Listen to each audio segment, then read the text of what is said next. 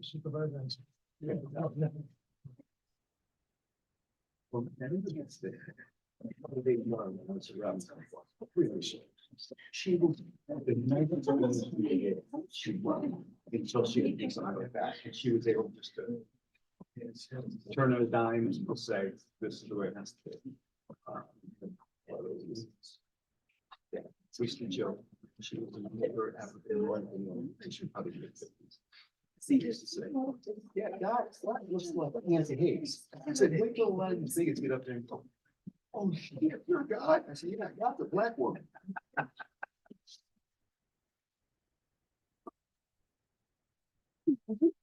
Words.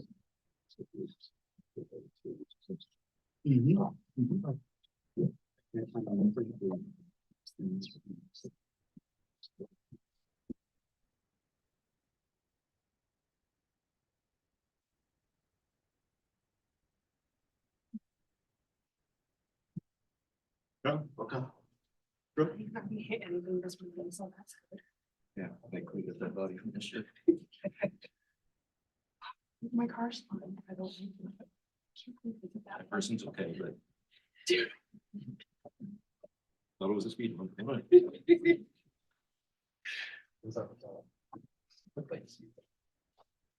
like a problem. You know, it's embarrassing. I have rims and I black them all the time. So if you have a emergency, I have a black Sharpie in my car. It's easy.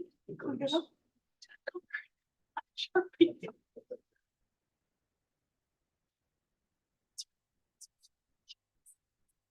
Easy choice.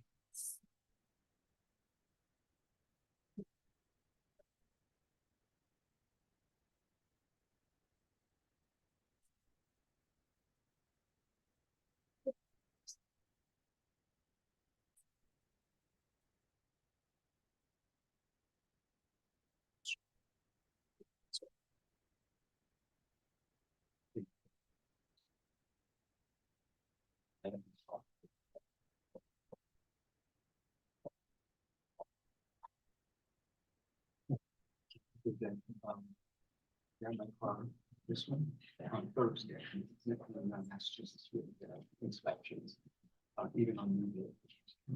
So then Monday, I go to get the inspection. As I'm pulling into the inspection place, I hit the curb and I've got some black rims. In fact, when that car, after I ordered it, it came on the product.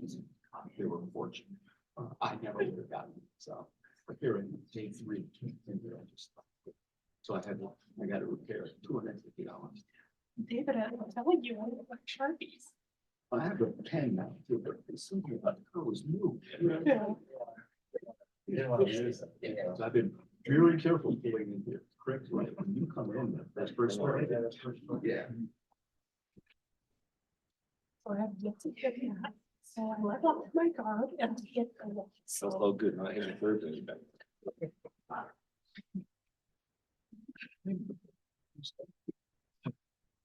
Sorry, what you get?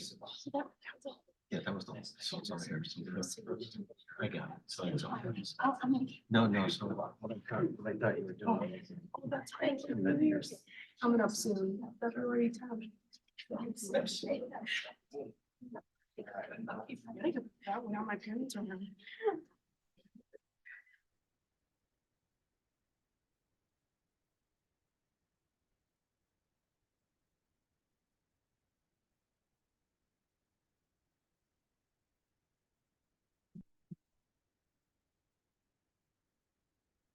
Great design. Yeah, that's much.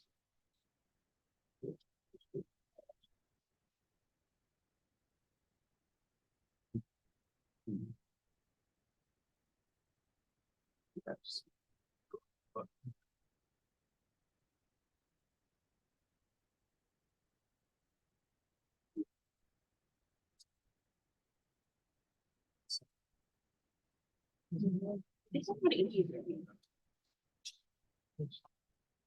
Yeah, 83.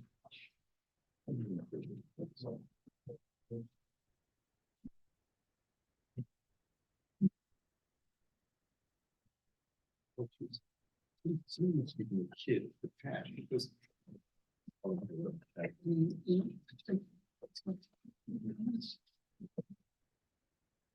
Already threw out 6 pages.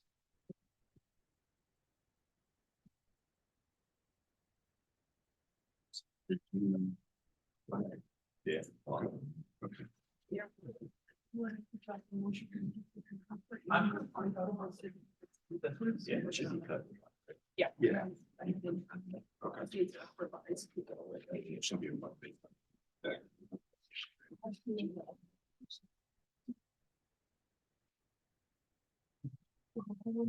And then, yeah. Yes. I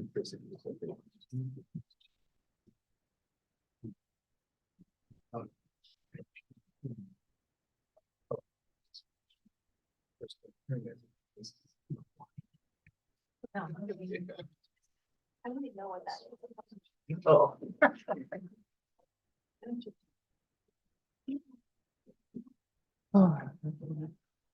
Well, unfortunately, I'm making up for it very.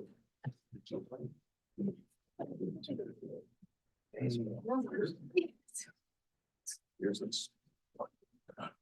What? There's just a lot of reasons. It's not that I will, I think it's because, it's like, I didn't take it. That's So it's this one. No, it's. Yeah. I was like, oh. Will you be mine? No.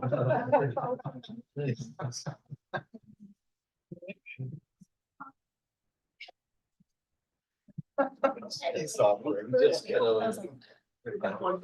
That's all it That one. does. Yeah. So, I think it's good. Really good. Paper shuffle.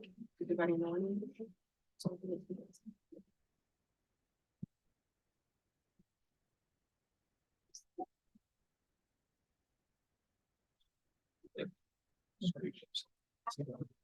So it's not. It's from what he needs. Let me know if you need today. Yeah. I'm running that card. It's knowing how I can.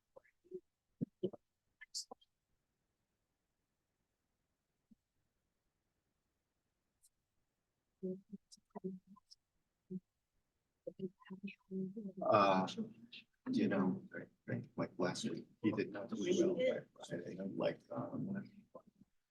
the person suggested his daughter, she loves, he's a little more, eat when I fed him. He didn't get breakfast in the morning, eating 3 lunch, she got back home that day, and they were taking care of us. And then Yep.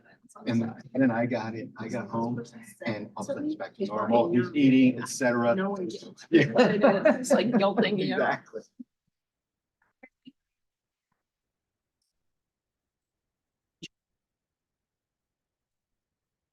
Yes. We didn't. Yes. No.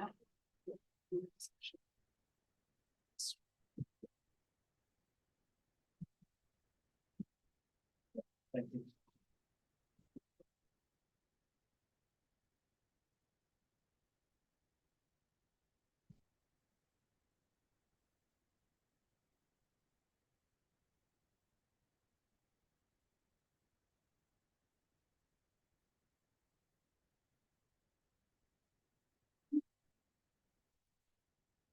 All right, good morning. We'll go back on the record and docket number 230832.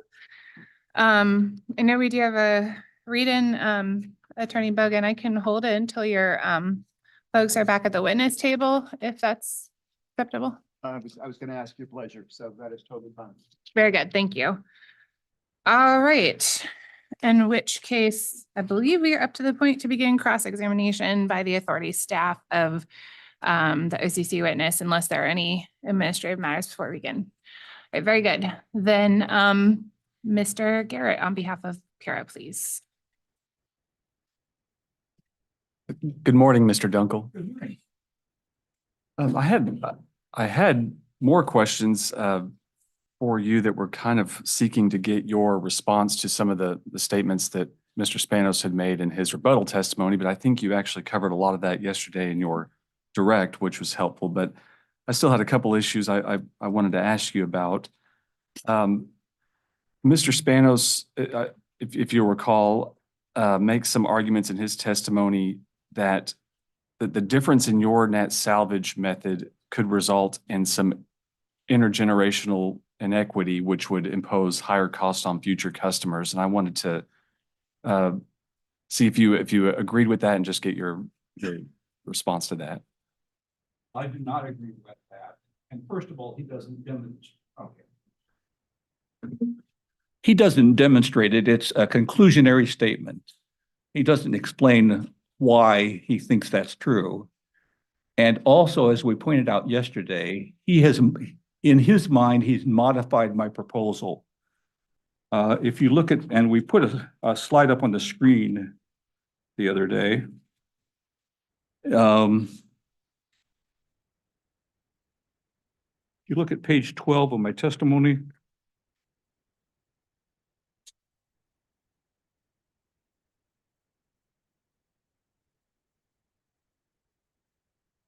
Page 13 of my testimony. These, I show his proposal is the middle column. My proposal is the last column. And the incurred actual cost, incurred for net salvage, in average over the last 5 years, averages $258,000 and change. In his testimony, he pretends I am proposing to collect from ratepayers that same amount. He says it's equal. So he's pretending I propose to collect $258,000 from ratepayers for net salvage. If you look at the last column, what I really propose is to collect $521,000 and change from the ratepayers for net salvage. So he is not even addressing my proposal. He's pretending my proposal is different than it is. As you can see, under my proposal, you would collect from ratepayers $521,000 a year, which goes into the depreciation reserve. The amount that's being taken out of the depreciation reserve averages $258,000 a year. So I am collecting more under my proposal. We're collecting more from the ratepayers and putting into the reserve than is being taken out. That grows the reserve over time. There is no way that is creating a deficiency or deficit that will have to be collected from later ratepayers. We're growing the reserve, so in the future, when other items retire, there will be money in the reserve collected from the ratepayer sitting there waiting to be used. Well, while we're at this page, that I think the difference between that 258,000 and the 521,000, I think in Mr. Spanos's testimony or some discussions yesterday, it was referred to as an arbitrary factor that you used to get to that 521,000. How would you describe how you did get to arrive at that number? This is the judgmental factor. I clearly understand if we tried to collect just 258,000 from the ratepayers, and we know the company is growing. We actually had a chart yesterday where we sort of show there is long-term growth in the number of customers, et cetera. And that would put me at the margin. That would be probably a fair thing to do, but there'd be concerns, well, if the company grows, et cetera, did we collect enough? And I don't want the commission to even worry about that. We are judgmentally, I'm saying, let's collect more than is being taken out. So we grow the reserve. There's no question of a possible deficiency. That is judgment. Mr. Spanos's proposals are based on judgment. I think on cross yesterday, we were talking about one account. His mathematics, he came up with a -55 number, and another in the mathematics, he came up with a negative, I think it was -800 or -900 number. And he recommended -20. So how did he get from -55 and -8 or 900 to -20? Judgment. So he uses, his recommendations are judgment. My recommendations are judgment. Mine are reasonable. His recommendation, as you can see in the middle column, is the cost being incurred average $258,000 a year. He wants to collect $1.4 million a year from the ratepayers. That's his judgment.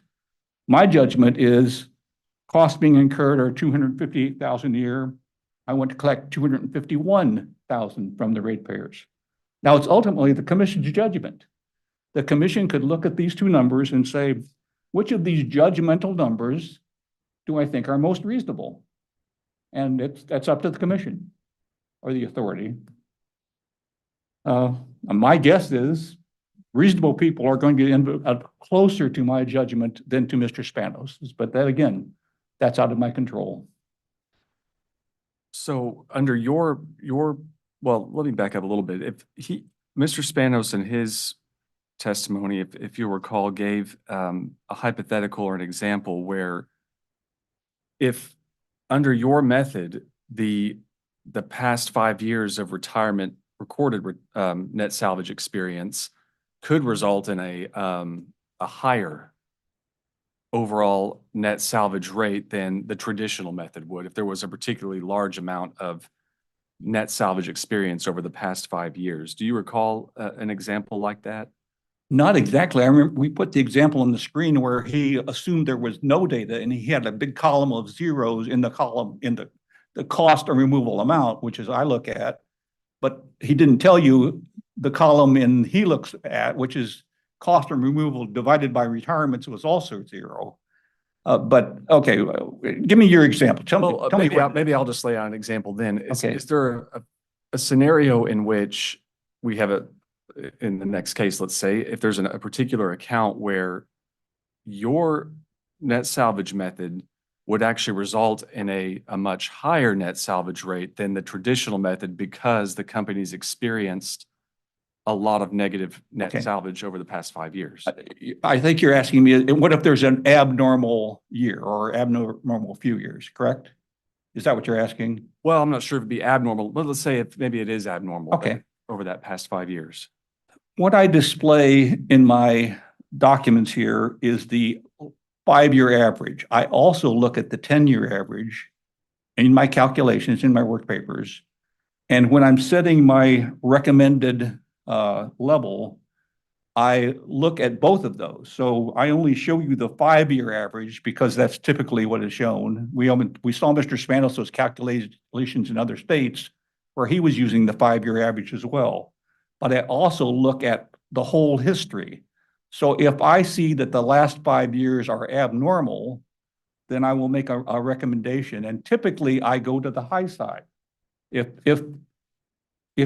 what I'm proposing compared to the last 5 years average is one number, but if I look at the last 10 years average and that's higher than the last 5-year average, I will build into my recommendation a higher number.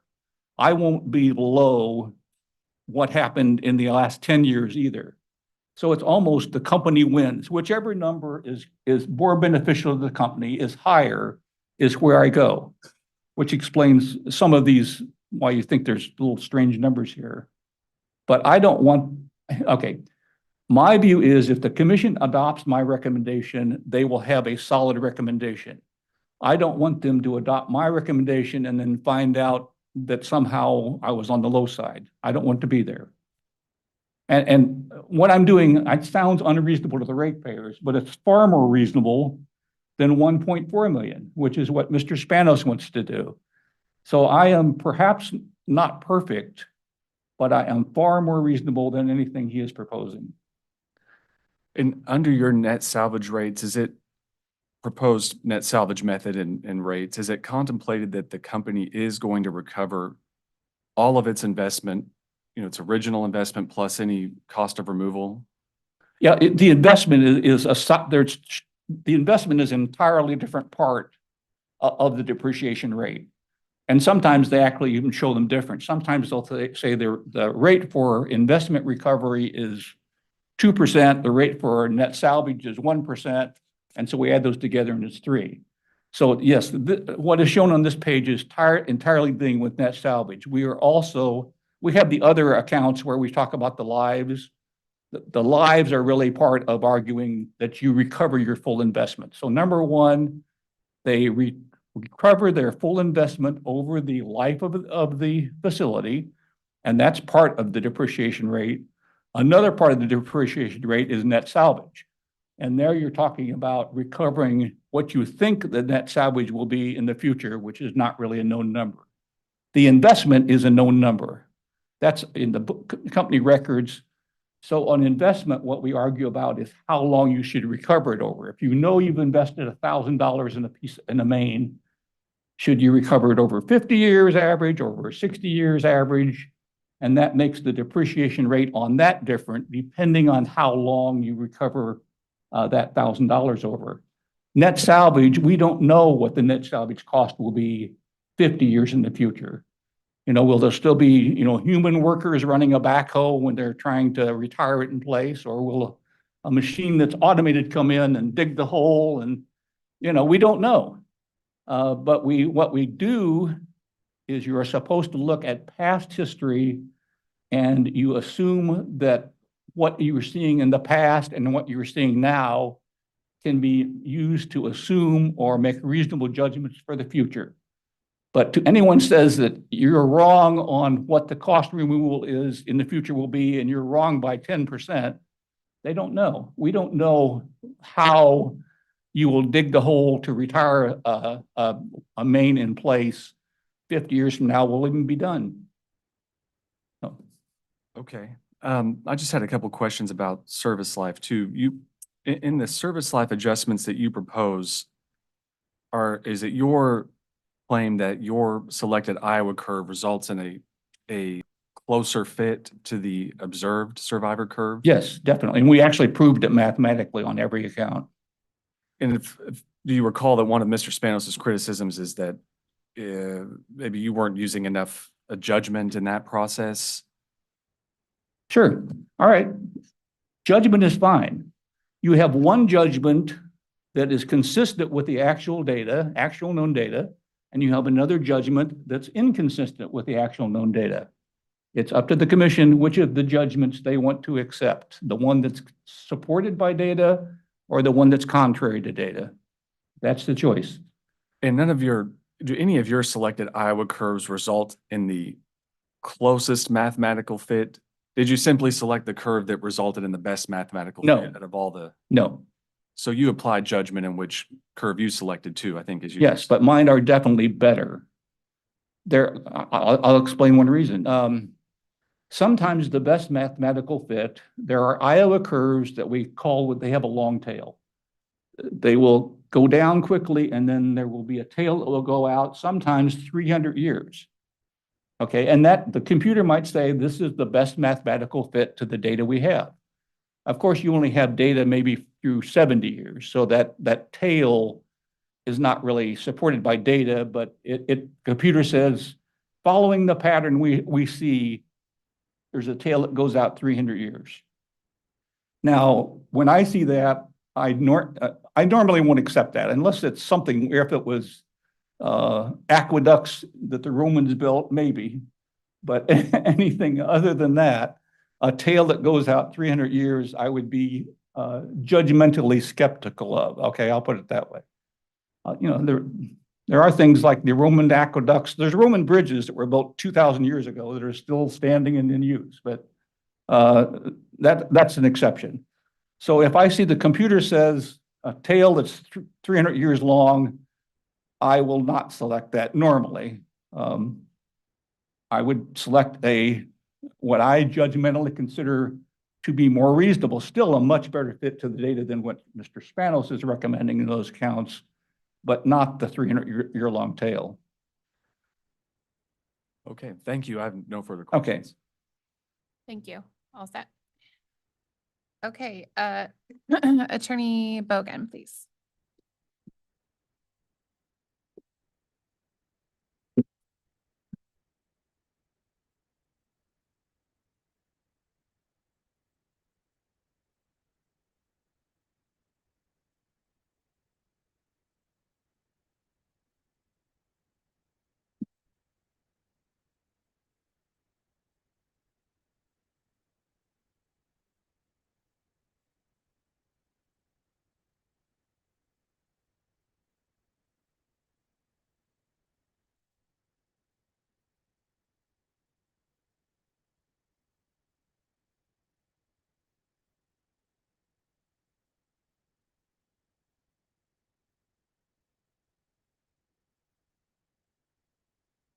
Good morning, Mr. Dunkel. Good morning.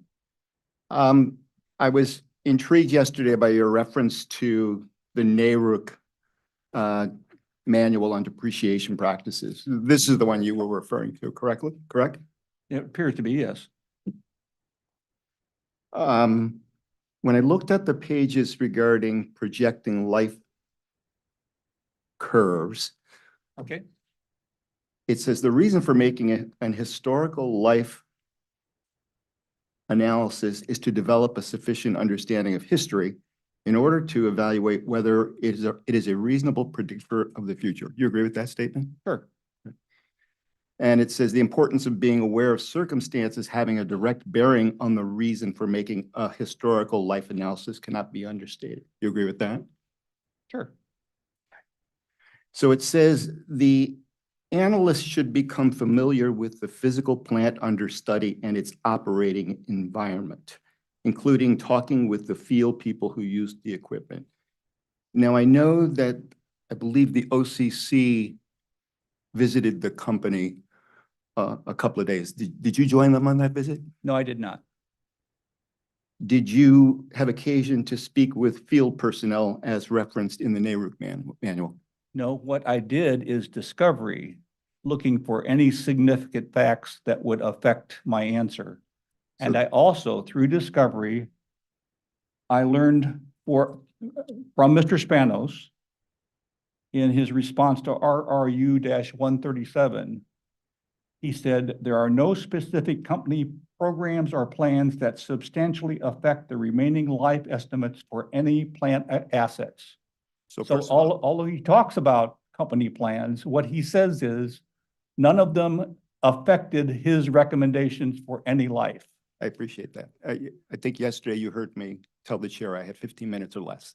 If you want to go on a soliloquy, it's going to take me longer than 15 minutes. I'm answering your question. No, you didn't. The answer to my question was yes or no. Did you talk to field personnel? No, this Thank you. was a very short-term case. I have done it in many other cases. I did not in this case. Did you talk to management? I did discovery and we got answers. Did you talk to management? Not directly. I did not call them on the phone. I did discovery and got answers from them that I needed Did on you see all any of the relevant equipment? items. Did you see any of the equipment? No, but we did see Mr. Spanos's notes and photos, and I considered those in my evaluation. And that's because Mr. Spanos did see the equipment. Yes, He talked to field personnel. he did. He talked to management. None of which affected his lives, however, as he said in response to discovery. Did you establish that the equipment being used is the same technology Same technology as what? as has been used historically? It's in the NARUC manual. It talks about economic obsolescence and the need to establish that there have been no technical changes of the equipment being used. So my question to you is, did you establish that the equipment being used is the same equipment, or have there been changes? In the industry, there have been changes slowly over the years. I mean, your company still has a masonry dam in service from the 1800s. Newer dams are probably made out of concrete. But beyond that, I don't really understand your question.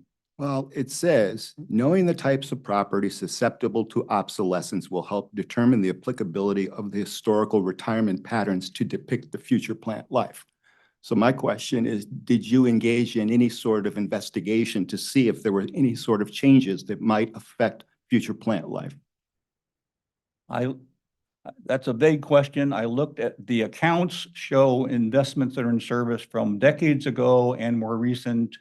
I know in the real world, there are changes that slowly occur in the water industry, but nothing dramatic that I am aware of. So again, the answer to my question is no. You did not. I looked at the data that reflects that. That's my answer. Data specific to Connecticut water? Sure. It's in the depreciation study is loaded with data, And this is data based upon someone else's evaluation, not yours. the company's records, actually. Thank you. I have nothing further. Okay, thank you. Attorney Wright. Thank you. Attorney Anaouiji. Thank you. Attorney Wyman or White. Please.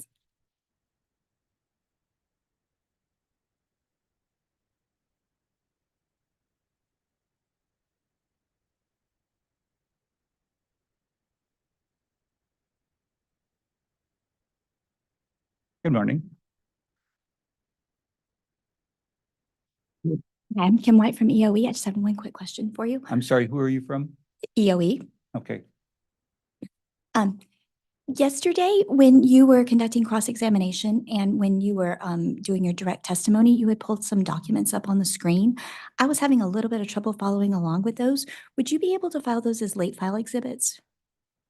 That's up to my attorney. We can, yes. Okay, thank you very much. All right, thank you. Okay, so lay file exhibit 84 would be the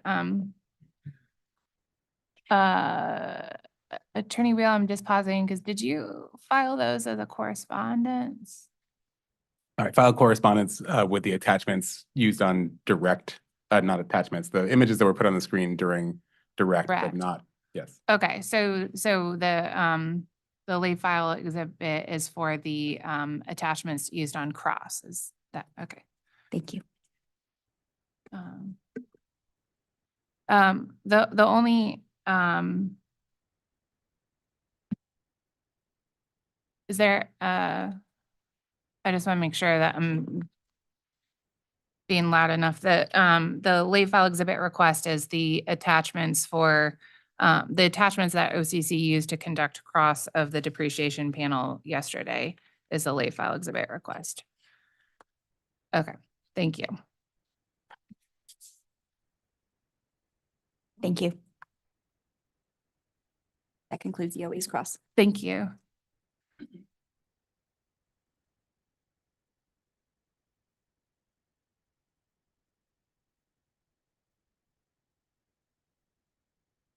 Sorry, give me just 1 second here to get this noted.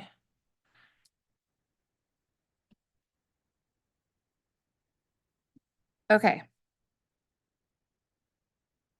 believe that brings us to Commissioner Karen, please.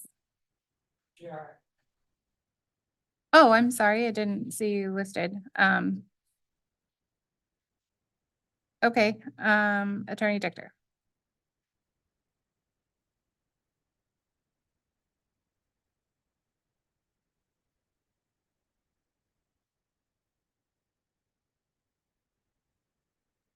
Morning, Mr. Dunkel. I'm Joel Dichter. I represent Heritage Village Master Association, the large-scale condominium of 55-plus community. Okay. Couple of questions. Generally speaking, as a general rule in rate making, when does depreciation start on an asset? When it goes into service. Thank you. Now, it's my understanding that this is actually the first full depreciation study undertaken by this company that previously it had used the NARUC small water company service lives to make determinations of depreciation. I cannot testify as an expert on that. I have heard something like that, but I have not done research to verify the accuracy of all that. I don't object to that statement, but I can't verify it either. When you reviewed Connecticut Water Company, it's a company that's been comprised of acquisition of a number of small water companies. Its territory goes all over the state. In your experience, when a water company is made up of a number of different entities and different locations, does that make the determination of depreciation rates more difficult as opposed to a company that has one contiguous territory for a long period of time? It depends upon whether each of those individual companies was keeping records as required. My experience a lot of times has been if you had a utility that was not regulated. In some states, the municipality water system is not regulated, or at least not regulated the same. And so they might not keep records. The regulated utilities, since at least the 1930s, have been required to keep what are called continuing property records. So when they invest in something, they build a dam or they buy something, they have to record what they paid for it, the original cost, when they bought it, the year it went in service, its location, lots of data. And they don't throw this away after 7 years. This is continuous. So they can come back if they bought a dam or they built something in 1939, and, you know, in the year 2020, they retire it, they can go back to their records and see, we built this facility where we bought this facility in 1939, we paid $10,301 for it. You know, it's located here, so we got the location, so we know we're talking about the right facility. And so if the company was keeping that type of record, the fact that it's acquired by somebody else, usually they don't wipe out the records. That continuing property record would go to the company that bought it, and we could still go back and see, you know, you bought this facility in 1939 for X number of dollars. And if we have that, we're probably okay. If it was not regulated as a utility, and again, some municipalities might not know. And so then you have the problem, and we even have the problem of that data prior to the 30s. Even a regulated utility might not have been very well regulated then.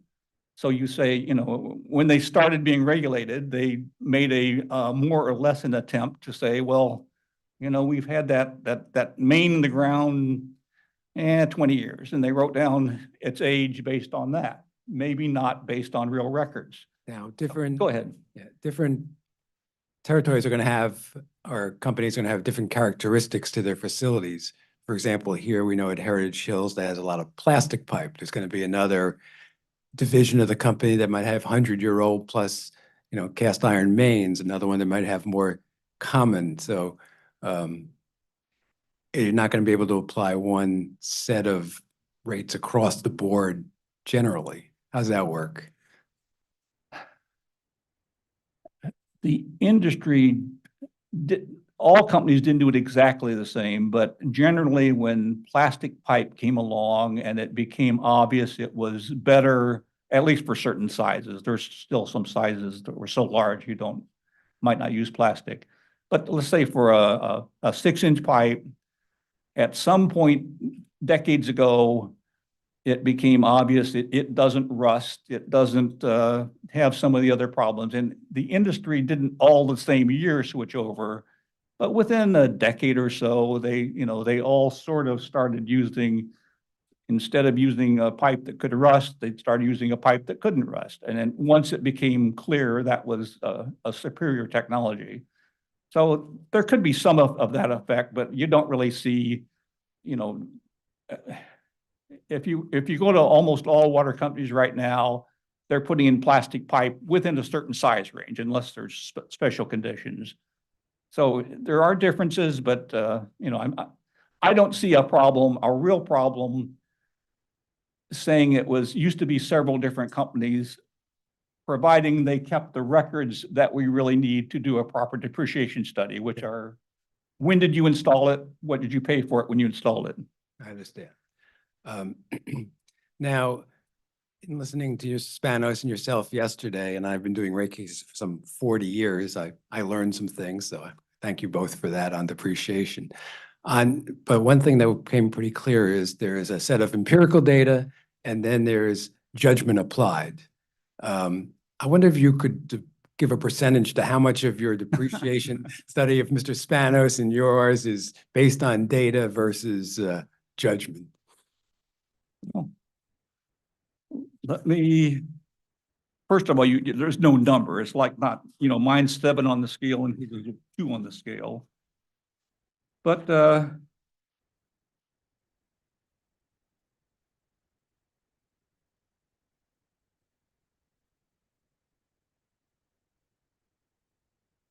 me have you turn to page 30 of my direct testimony. And this is a graph showing it. It shows the actual data, and it also shows both of our recommended curves. And I think you can see my recommended curve is closer to the actual data than is his. Now, mine is still judgment. I mean, if we ran the mathematical best fit, there's this line that goes out that way forever. Right. The computer would probably follow that line. I didn't follow that line. Okay, so mine is a judgmental curve and his is a judgmental curve, but mine is clearly closer to the actual data than his is. So mine, that's what I can tell you. My judgments are closer to what can be proven and what is real than is his.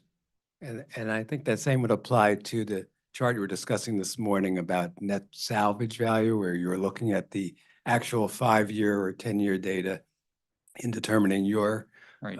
your net salvage, we're gonna depreciating expense required to meet that, as opposed to what he did. For the largest account, he wants to charge ratepayers 70 times as much as the company actually incurs in net salvage costs a year, 70 times. I want to charge them, I don't know, 2 or 3 times. It's up to the commission which of those two judgments is most reasonable, or up to the authority. Thank you. That's all I have. Okay. Thank you. Commissioner Karen.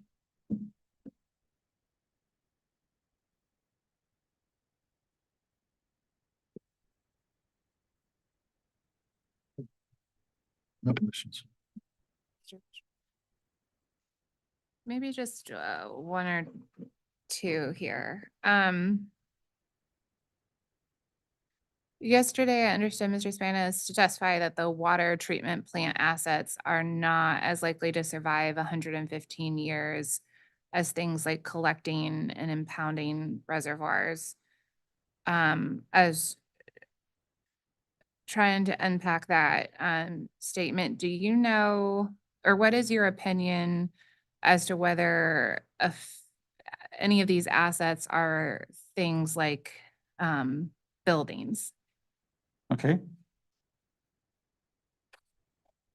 I have a picture from Mr. Spanos's discovery response. Water treatment equipment. It is a big, obvious concrete tank underground. Okay. That we have to wait 120 years to see if that tank can live 120 years. But it's Sorry. not it's not. Mr. Dunkel, could you decide that picture is on the record? Could you just identify? It should be on the upper right-hand corner of the page. This is discovery request RRU-133. It was actually requested by Garrett. And it's the respondent is Mr. Spanos. And on page 31 of Exhibit 2, which is part of Mr. Spanos's response, the picture on the bottom is called Account 332 Water Treatment Equipment Underground Clearwater. And what it is a large, obvious cast concrete structure that it holds clear water, which means it's water that has been, is clean. I cannot look at this and say, and you know, in my mind, I can tell you for sure it will live 120 years, or let me back up. The Iowa curve, something that lives 120 years is a tiny, tiny percent of the total investment that went in service. That's not, we're not talking about average service life of, you know, average living 20 years. There are flukes that, you know, the piece of equipment that was the sturdiest piece of equipment installed. It was in the best location. It wasn't struck by a car. It was very, very, very fortunate, you know, a tiny, tiny percent. That's what we're talking about. I cannot look at this piece of concrete and tell you it's going to live 120 years. I can't tell you it's impossible for it to live 120 years either. What we do is we look at what we have data. If we have data through 70 years, then what happened when the Iowa curves were constructed, they looked at data they had for thousands of companies, and they say, when we see this pattern, it's a certain pattern up to, let's say, 70 years, and we have data from real companies, what happens after that? And that is what the Iowa curve is. It says, we know by experience, if the first 70 years look like this, here is what the last years will probably look like, based not on guessing, but based on experience.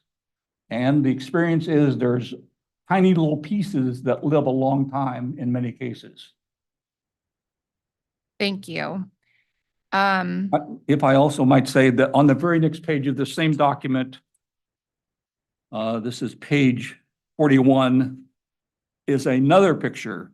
Account 332, water treatment equipment, underground backwash tank. Again, appears to be a large concrete structure. And again, I can't speculate whether that structure will live 110 years or not. But I can't also say it's totally impossible that one structure like that out of 100 might make it. All right. Thank you. I think that's it for me. So, thank you for the answer. Attorney Wheel, do you need a moment to consider redirect? No, I have one very quick clarification question on redirect. Okay. Mr. Dunkel, in response to some questioning from Mr. Garrett earlier, you were referencing page 13 of your testimony, which shows the table showing the different net salvage rates proposed. Yes. And just for clarification, you testified, I believe you were comparing the numbers 1.4 million as proposed by Mr. Spanos. And then when you referenced the number you proposed, I believe what you said was 251,000. Oh, I'm sorry. Just for correction, could you just confirm that? 521,000, yes, and change. Thank you. That was the only question on redirect. Thank you. Okay. Then, Mr. Dunkel, thank you. You are excused. Okay, we're down to our final topic. So I am two more panels on the same topic of cost of service study, et cetera. So I'm going to call up the company's witness and authority staff who will be first up to cross-examine, please. And Attorney Bogan, while we're bringing up Mr. Therian, this might be an appropriate time for whomever has the response to read in S, please.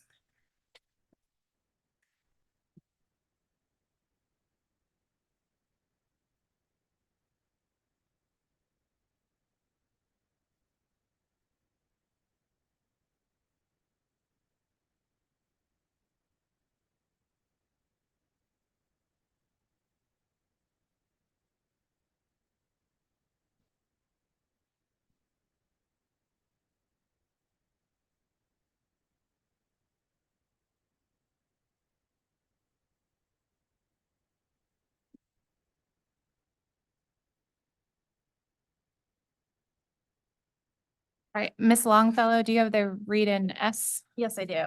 Read in S was about supplier diversity. The question was, what's the minimum target and max for our supplier diversity goals? The minimum was 17%, the target was 19%, and the max was 21%. And that's total procurement. It includes women-owned, minority-owned, disabled, and veteran-owned for diversity. Thank you.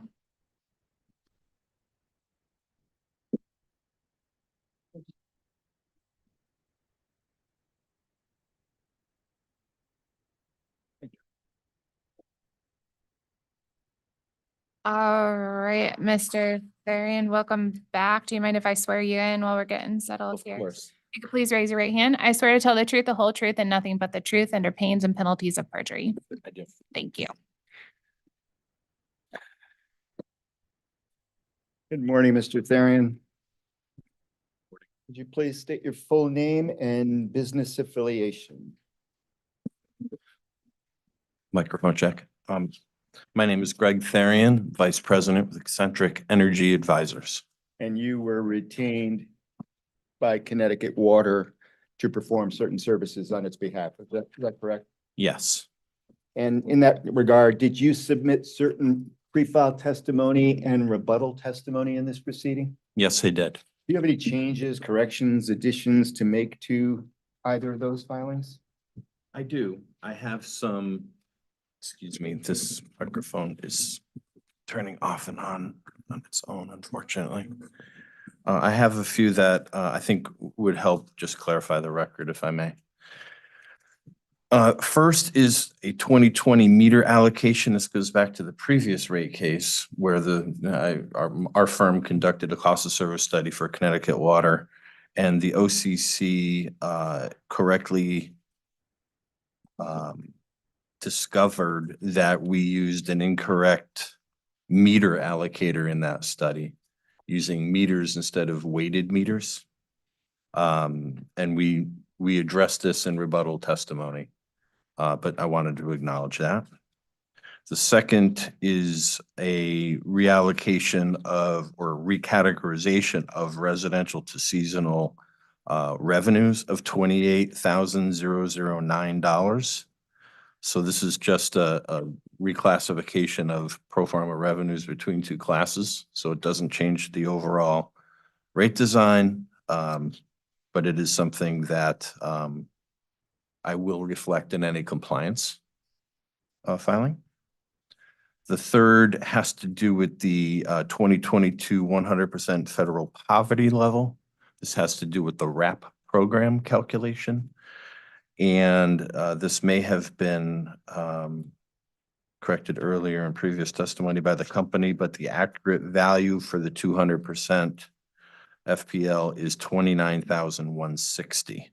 This has a $99,000 impact on the amount of money that I would have included as a recommendation to be imputed in base rates in my direct testimony.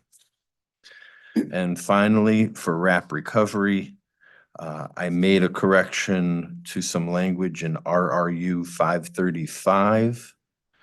And that language should read that pro forma revenues include a reduction of 2.5 million to the residential class, which is then recovered uniformly through the remaining residential CWC rates.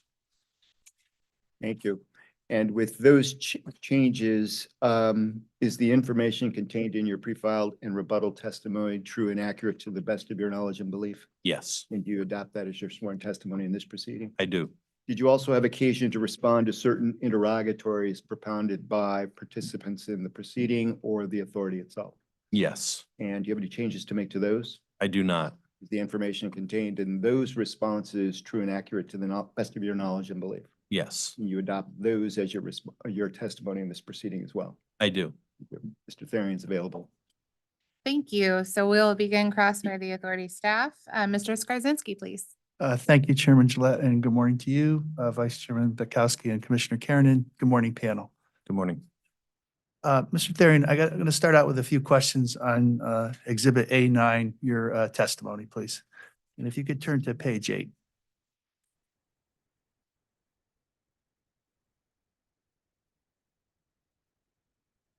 I have that. In your testimony, you discussed rate consolidation and mentioned that there are 11 operating divisions at Connecticut Water Company. Is that correct? Yes, Okay. And is it fair to say that further on in your testimony, in page 13 and 14, you show various exhibits that list more than 11 entities? Would that be right? that's correct. Okay. Can you confirm that the 11 operating divisions are accurate? And if yes, identify each division and fold in any additional entities. I'll call them subdivisions in the appropriate operating division. What I'm leading up to is, for clarification, what I'd like to get, maybe it's best served through either a read-in or a late filed exhibit that would have list out the operating divisions and then fold out any of those other entities into the appropriate, as a subdivision under the appropriate operating division. So could I have a late filed late filed exhibit, CWC operating divisions / subdivisions? Basically like a one pager. I understand your request. Yes, we can do that for you. Thank you. That's late file exhibit 85. Okay, thank you. All right, and if you could go to page 14, chart 1. Can you briefly summarize what's depicted in chart 1 of the exhibit? Certainly, this is a representative increase to a residential customer's bill on a quarterly bill basis. So by way of example, the first column is Avon Water Company, $18.80 would be the proposed increase to a residential Avon customer using 15,000 gallons in a quarter. Okay, and why did you choose the 15,000 gallons per quarter threshold? It's a fairly typical value that can be applied across all divisions and is representative of 1/4 of an annual total for Connecticut Water Company, which is approximately 59,200 gallons for a year. So 1/4 of that is roughly 15,000. Would you be able to provide the bill frequency threshold at a 15,000 gallon level per quarter, either by company? By company, I'll start there. Yes. Okay. Would you be able to provide it? Sorry. The Connecticut Water Division, that's the largest operating division, is that correct? Yes, it is. Okay, would you be able to provide the bill frequency at 15,000 gallons per quarter for, at a division level at Connecticut Water? Yes, I would. And I am just looking to see if I had that up by way of example. Okay. Because it was filed in the case.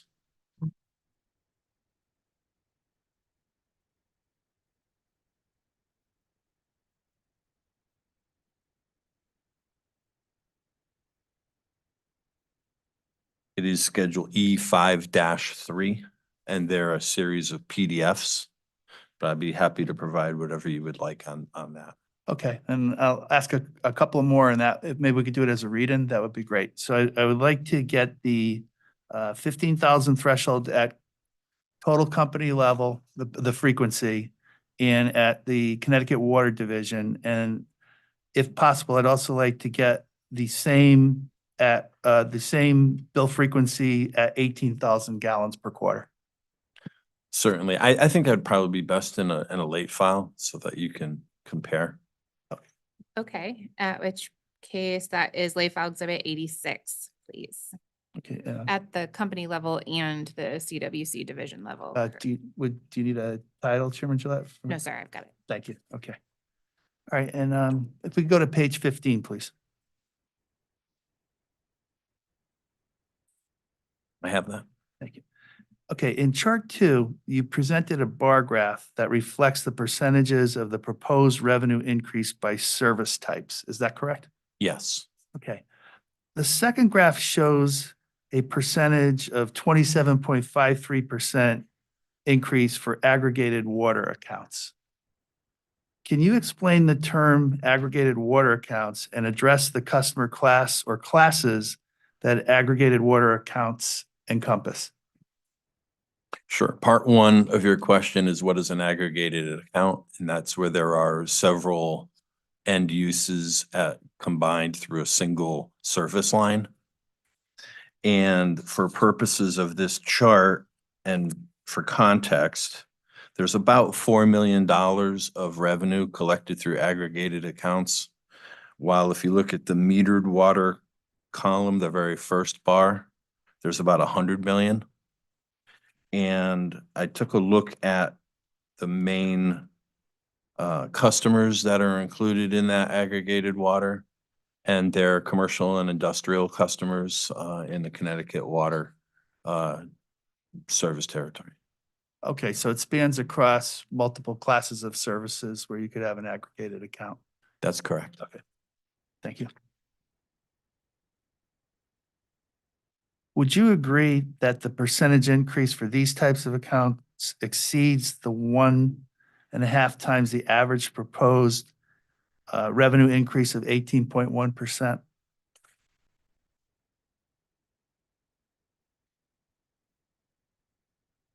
I would, yes, mathematically, that's correct. When I looked at the 1.5%, I really looked at it in 2 different ways. I looked at it from a residential, commercial, industrial perspective, and I also looked at it, and that's, by the way, shown on table 1 on page 12. And then I also looked at it from a perspective of operating division, which is those ratios are shown in table 2 on page 13. There comes a point in time with these different slices and dices of data that we could really compress ourselves into a situation where we would limit our ability to make movements and rates. And when I look at something like aggregated water accounts, as I said, being a relatively small portion of overall metered water accounts, I thought it was more appropriate to stick with residential, commercial, and industrial for the 1.5 test. Thank you. Are the current rates for the flat rate and aggregated water accounts at a lower relative rate of return comparatively to metered rates? I don't know. And the reason for that is that we did not conduct a cost of service study that utilized those classes. So when we do a cost of service study, again, it's residential, commercial, industrial, not by metered water, aggregate, or flat fee. Okay. Can you explain what factors are driving the higher than company average proposed percentage increase for metered sewer rates?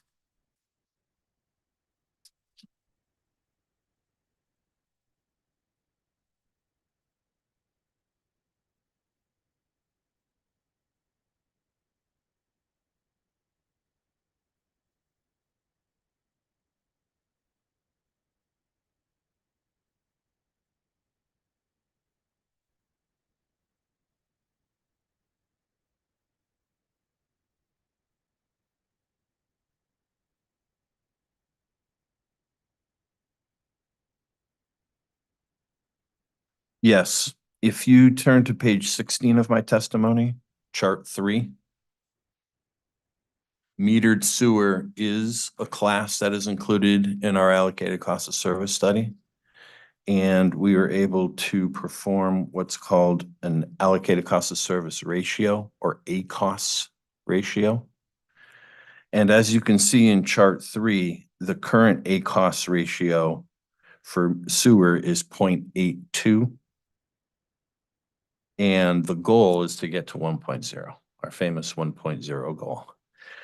Compared to other services, you can see that metered sewer would require a larger than average increase. Okay, thank you. Okay, I'm going to turn to the interrogatory responses now, and I'd like to start out. Could you please look at RRU 52? I'm focusing in on Exhibit 1, page 2, please.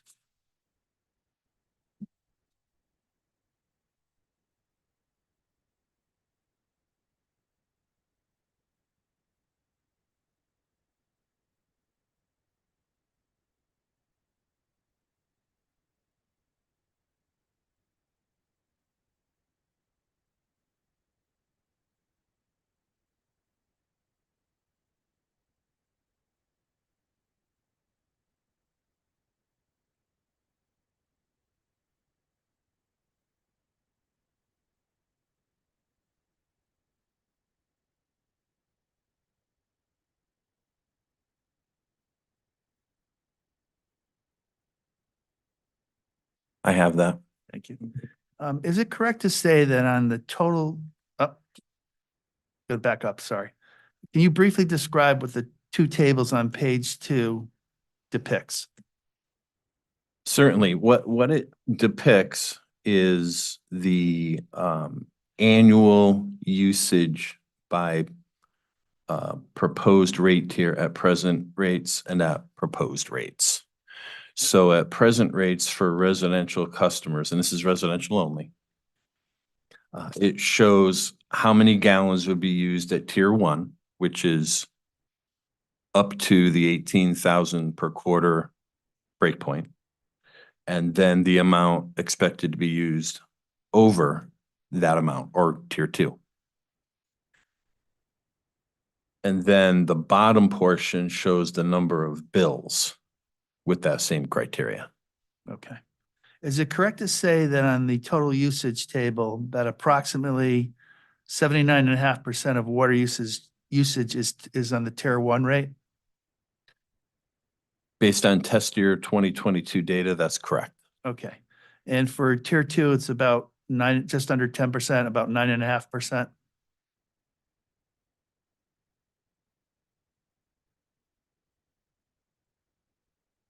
For usage under present rates, it would be the remainder, or 20.5%. Under current rates. Under current rates, Agree, correct. yes, okay. But under the proposed usage, residential usage rate structure of a three-tier system, what would the percentage be for tier two based on the table? Okay, yes, for under proposed tier two would be 9.5%, Okay. And what would tier three be? 11%. Thank you. Is it also accurate that on a customer billing basis, approximately 85%, 84.6 to be exact, of water usage is would be under the tier one rate? Of customer bills would be under the tier one rate? That's correct. Okay. And following down the line, about 10.3% of customer bills would fall into tier two? That's correct. And finally, approximately 5.2% would fall under tier three customer billing. That's correct. Okay. You also break this out by division. So my next question is, does the Avon, Masons Island, and Heritage Village have a higher percentage of usage over the 30,000 gallons per quarter compared to the other divisions? Yes, it does. Okay. Yes, they do. Excuse me. Plural. Is there any common factor or denominator among those operating divisions that might explain why these percentages are higher in those divisions than the others? Yes, in consultation with the company, we had kind of a workshop that I referred to several times in testimony and in discovery responses. When we were looking at these current breakpoint and then potentially modifying our proposal, we talked about this chart, frankly, at length. And to answer your question, we believe that's irrigation use, okay, like water irrigation. Meaning for things such as discretionary water use for lawns, not necessarily agricultural use. Sorry, big word. If you can turn to page 3 of the same exhibit. Can I get a supplement to the response as a late filed exhibit that reflects the water usage percentages for the cumulative factor at both the 33,000 gallons and at the 36,000 gallon quarterly breakpoints by division? Of course, yes. I'd like to request that, Chairman. Very good. That's late file exhibit 87. Thank you. If you could turn to RRU 50, the response to RRU 59, please.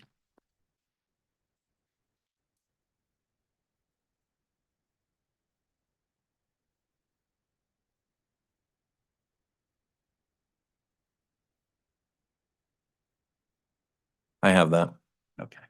Is it fair to say that in your response, you conclude that you state that the current tier 2 inclining block rate, that is plus $1 above the tier 1 rate, is insufficient to change customer behavior because the 2022 data shown in the response was higher, the usage amount was higher than the 2019 data. Is that correct? At a high level, that is my observation, yes. Okay. And if you could turn to attachment 1 of the same response, please.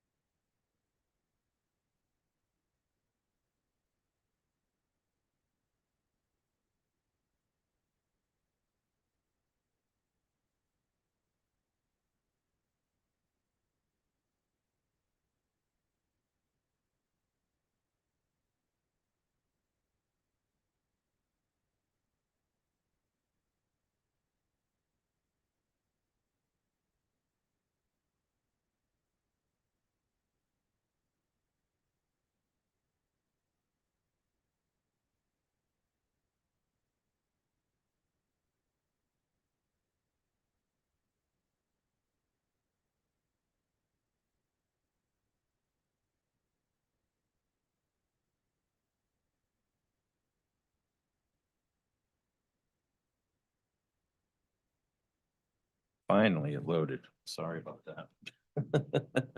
I have that. Thank you for your patience. Okay.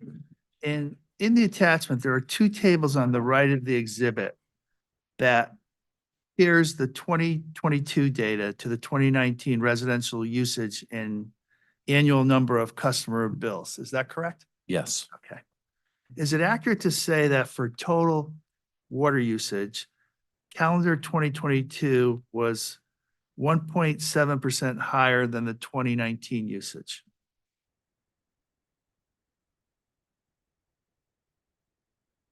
At total company.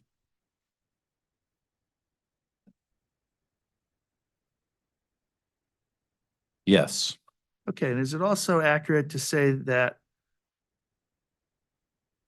for the, for 2022, the number of customer bills was 15.4% higher than in 2019? Is that right? that's correct. If the number of residential bills was over 15% higher in 2022 than it was in 2019, is it reasonable to conclude that customer growth was a factor driving the increased water usage in the 2022 data? Yeah, I think that's a fair statement as well. Yes. And I think we showed that in our growth projections. Did you perform any usage analysis that adjusted the 2022 billing data to the 2019 customer billing levels to see how the usage data would compare between the 2 years? I did not. Okay. With that analysis, would it be possible to get such an analysis to provide a more apples to apples usage comparison of customer behavior between 2019 and 2022? Yes. Okay, Chairman, I'd like to ask for a late filed for that, please. Okay. Thank you. So we're up to late file exhibit 88 and I'm sorry, was the reference RRU 542? Oh, the reference on this one was 59. 59? Yeah, 59 attachment 1. 59. Thank you. Thank you. So it's referred to RRU 59 attachment 1, and it was to provide an analysis of, Provide an analysis that adjusts the 2022 customer billing data to levelize to 2019. thank you. Okay, and I have one more question on that. From a water conservation perspective,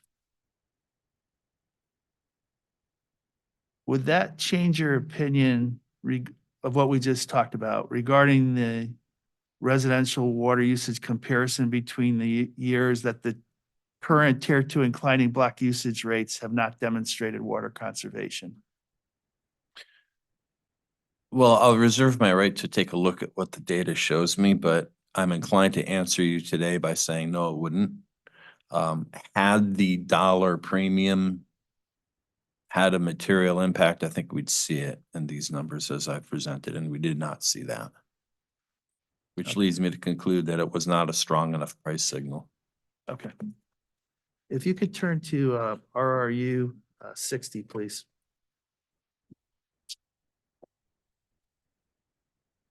I have that. Thank you.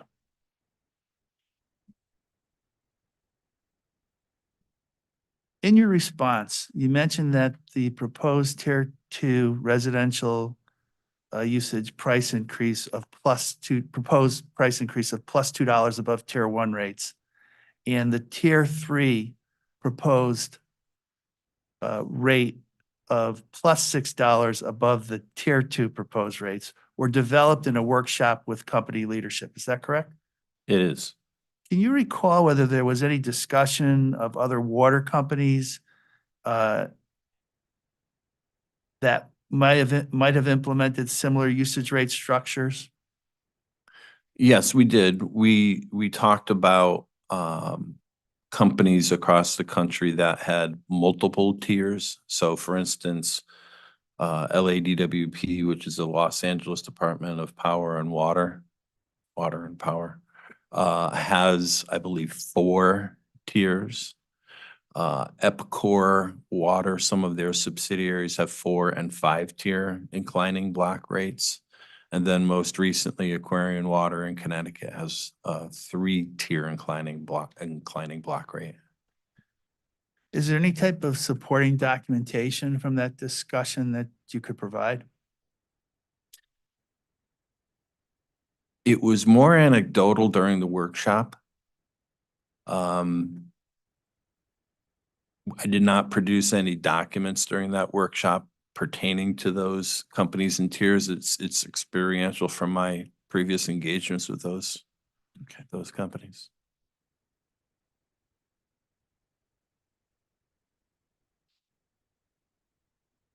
Okay. Understood it was more anecdotal. How were the proposed tier 2 and tier 3 proposed price points decided?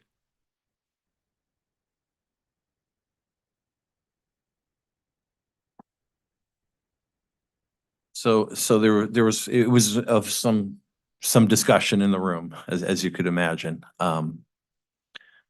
A couple of high level comments on that. One, as this response to REU 60 suggests, we came to the conclusion that $1 was not enough for tier 1. Therefore, we had some discussions about what would be the next logical approach, and understanding that you don't have the opportunity to test this year after year after year, we decided that we would double the rate, the increment rate. Now remember, this is going from like $13 to $14 and now $13 to $15, just to put that in context of the total per 1,000-gallon rate. So it may be a doubling of the premium, but it's not a doubling of the rate. Okay. So that's a very important point. So this is not having a massive increase on a customer's bill because they go into tier 2. And then we've gotten into tier 3. We wanted to be significantly more aggressive in the price signal. And this is my statements, and arguably maybe not all that transferable, but there's kind of a rule of 1 to 3 in time of use pricing for electricity that says if you really want to send a price signal, it needs to be 3 times higher. So it was that wasn't the main reason, but it was just one of those other anecdotal reasons why we went to $2, and then we had another premium of $6. I would just add that, in the context of that conversation, a good foundational part of that conversation was centered around peak demand and its effect on margins of safety in given systems. And we have to design our systems to meet that peak demand. And it encumbers the overall capacity of the system when we do have to provide for those peak demands. Now, when we talked earlier about those systems, and most notably Avon, Avon peaks at factors of about 2, meaning they use about double the amount of water in the summertime versus any other time. And when that happens, we have to build tanks, pumps, treatment facilities, water mains themselves at that increment higher to deliver that type of demand. We know it's from irrigation, and we see that as discretionary use, certainly not from the mindset of conservation. So that's, from a company standpoint, our input into the conversation, how we arrived at the 6, coupled with Mr. Therian's statement just made of the factors of 3, that certainly landed us in an appropriate spot from our mind. And if I had just one more thought, and this also came through in the Aquarian decision, having 3 tiers does allow for more gradual approach to that high conservation price signal. So if you have an average user that just through their average usage legitimately goes over that first tier, they're not being severely punished for what I would call, domestic usage. Okay. 2 more questions on this topic. First is, I asked about supporting documentation under the subtopic of other jurisdictions. So this last couple of minutes of discussion was regarding the price points. Was there any supporting documentation as a result of that meeting? under, have to ask, under the subject matter of price points, any supporting documentation? No. Okay. And then last question on this interrogatory is, with the proposed three-tier pricing, with a premium at the third tier level, in terms of rate design, does that proposal assist in any way in terms of the pricing at tier one level? For the amount proposed in an Yeah, increase? yes, it does. How so? By having higher priced tier with the volumes that we've shown in these exhibits being priced at a higher rate, it collects a higher proportion of the revenue requirement than the tier one rate. Thank you. If you can turn to the response to RRU 217, please.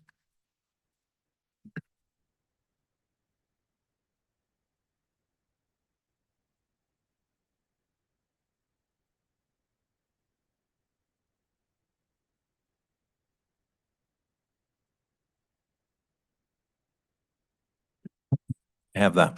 Thank you. Can you confirm that based on your allocated costs of service study analysis at present rates for residential meters, that current residential meter rates are priced below the allocated cost of service study with the exception of the Mansfield and Pilgrim Hill divisions? Yes, And under the proposed rates, would that also hold true with the exception of Mansfield, Pilgrim Hills, and Stores Mansfield divisions?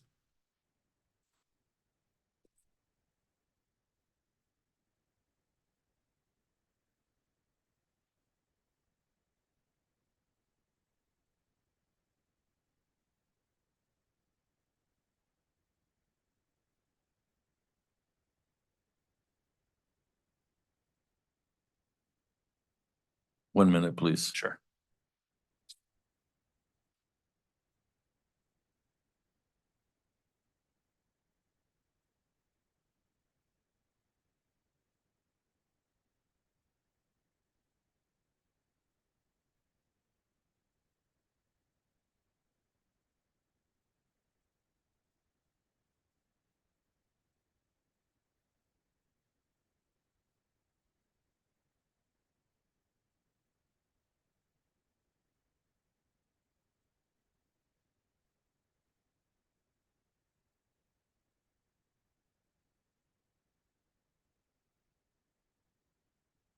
What was that third division, please?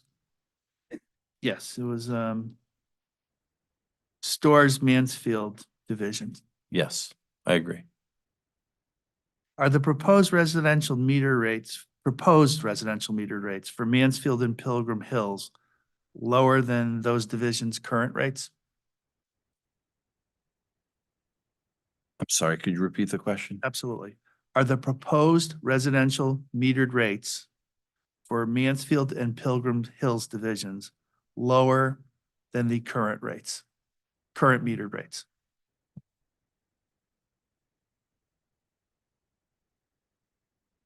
Yes. Can you explain why the proposed rates are lower in reference to the overall question that was an analysis of the cost of service in those terms? Well, there's some competing things going on here. There's always a cost of service which we want to price to for cost causation purposes. Then there's rate consolidation purposes where we want to try to get everybody onto the same rates. And in that consolidation process, not only in this case, as we proposed, but in the previous Connecticut water case, the fixed monthly or quarterly charges has been assigned a priority to get to equalized rates. So their current rate is significantly higher than the bulk of the other divisions in the CWC territory. So yes, we decreased that. Our proposal is to decrease that fixed monthly rate, which in turn results in a higher per 1,000-gallon rate increase, but for purposes of the fixed meter rate, yes, we propose a decrease. Thank you.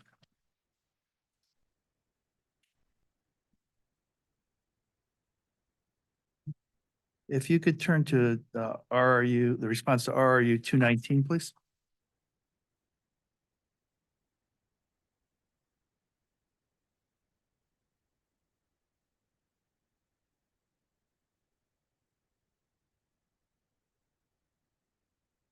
I have that. In the response, you listed examples of conditions or changes that may cause the need for an updated cost of service. Is that correct? Yes. Were any of these changes in place at the time the company filed its application?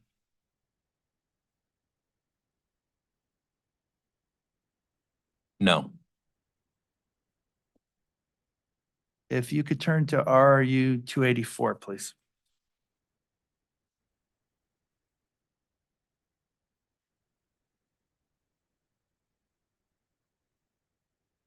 And I'm sorry, the exhibit 1, page 14.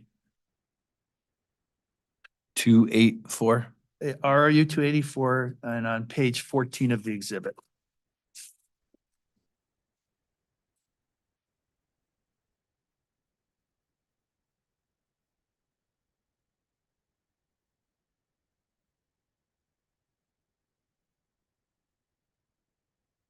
Did I sponsor that? This is from the response to the presentation from the revenue audit. Oh, okay. Thank you. I have that. Sorry, I'll clarify. I have my revenue audit presentation. I don't handily have the response up, so if you just tell me. Oh, what understood. So- Presentation, I'd be happy to Pre- respond. Sorry, presentation and the title is rate increases per division at the top of that page. Yeah, I have that. Thank you. Got it. Okay, great. You mentioned the guidance range of between minus 50% to 150% of the overall rate increase.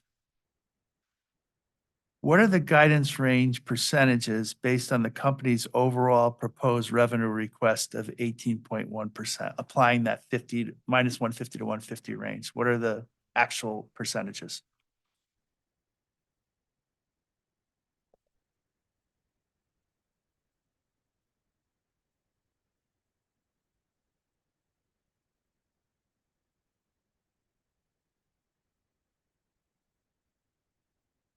The upper limit at 1.50 is 27.2%. And the lower limit is 9.07%. Thank you.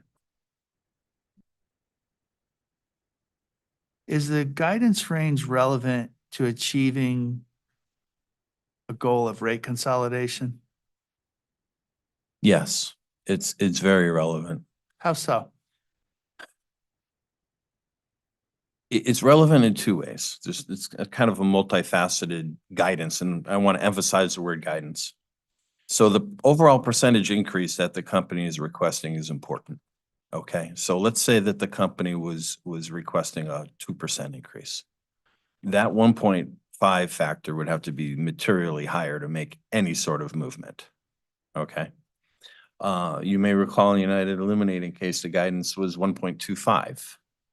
And that was because there was no rate consolidation, no real rate design changes, and rate gradualism was put at a premium in that case. So in this particular case, 1.50 is the guidance for a couple of reasons. One, it's consistent with the authority's decision in the previous Connecticut water case. And two, given the 18% overall rate increase sought by the company, I felt that it was a reasonable guidepost that could also allow enough room for rate consolidation without being disruptive.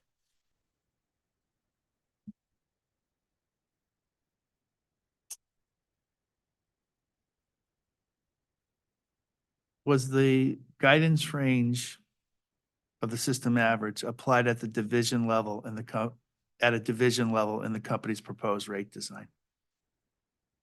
Yes or no? The guidance was, yes. Was the guidance range also applied at the customer rate class level? Yes or no? Yes.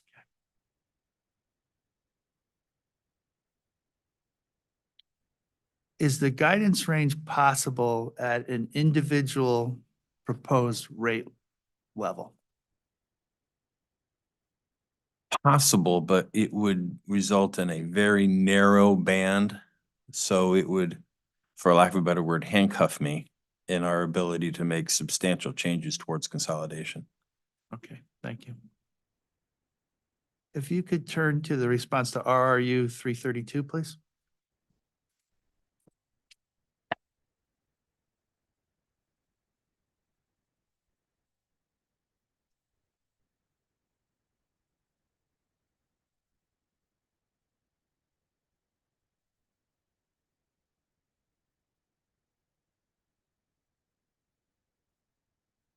I have that. Are the current public and private fire rates at or above cost of service? They're above cost of service. Substantially above cost of service. If you could turn to RRU 467.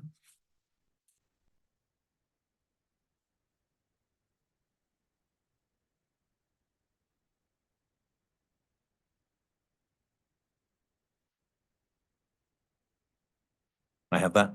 Thank you. In the response, you provided a corrected schedule E-5.2 Part 4. Is that correct? Yes. And that schedule lists the pro forma metered amounts among the various customer classes. Is that right? Yes, both metered and non-metered, but they're segregated.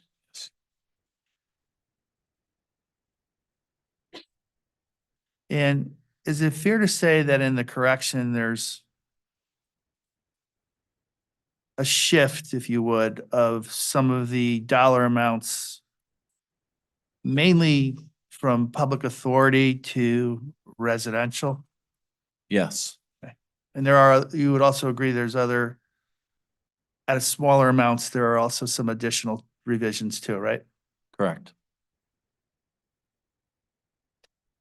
What does this correction mean in terms of the proposed rates that were submitted in the application? Another way to put it is, beyond this exhibit, what were the downstream implications, if any, on your proposed rate design with the application?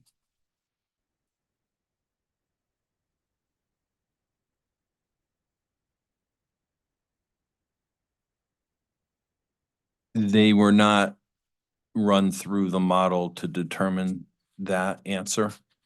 But in my judgment, it'd be very, very, very small. That would be something that would be picked up in the compliance filing. Okay.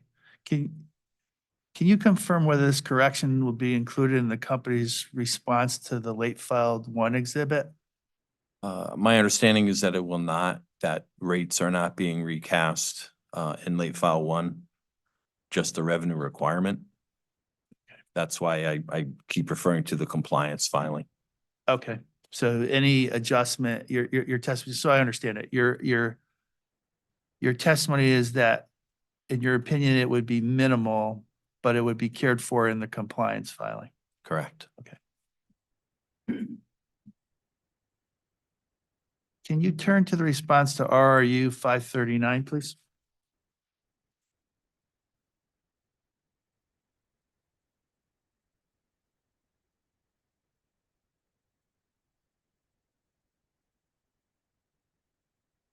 I have that.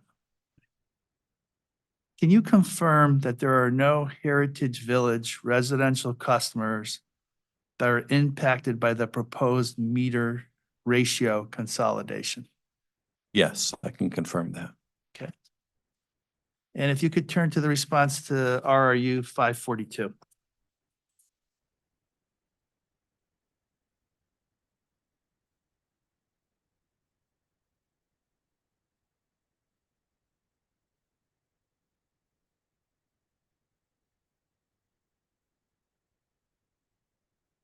And if it helps be clear, really focusing in on the attachment 1. I have that. Can you supplement the response to RRU 542 to show the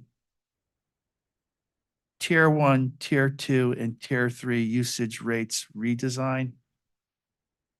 I believe that was asked in the original question, and you have revenue allocation in there, but I don't see the usage rates in the response. Of course, I'll provide whatever you'd like. Just for context, I essentially redid the rate design, full-blown rate design analysis with different tiers, pricing per the request. That necessitates a change to the base, the first tier rate as well, in order to balance the revenues to the revenue requirement. So I could provide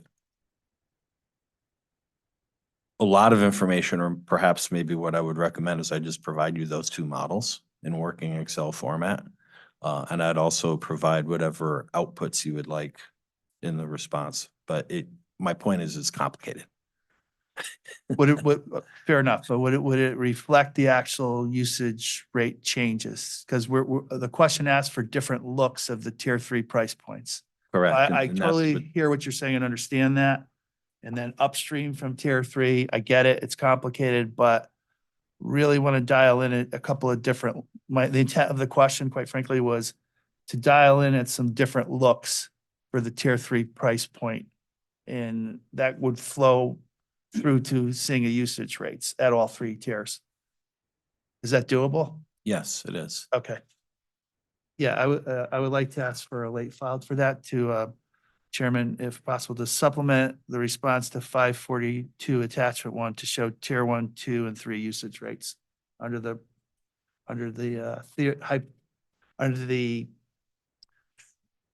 I don't have to say it. It's in the question. Okay. The $4 plus $4 and plus $8 different scenarios underlying that.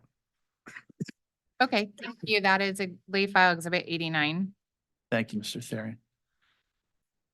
If the authority determines a revenue requirement that is something other than the company's requested amount, would the company apply a percentage ratio across its proposed rate design? That would be my first approach. That's typically what I've done in other jurisdictions. So for instance, I just testified in People's Gas in Florida, and that's the approach that we took, is that we ratioed down. Okay. Thank you, Mr. Therian. Thank you, Mr. Patlin, panel. That's all I have, Chairman. Thank you. Let's continue with Mr. Blank, please.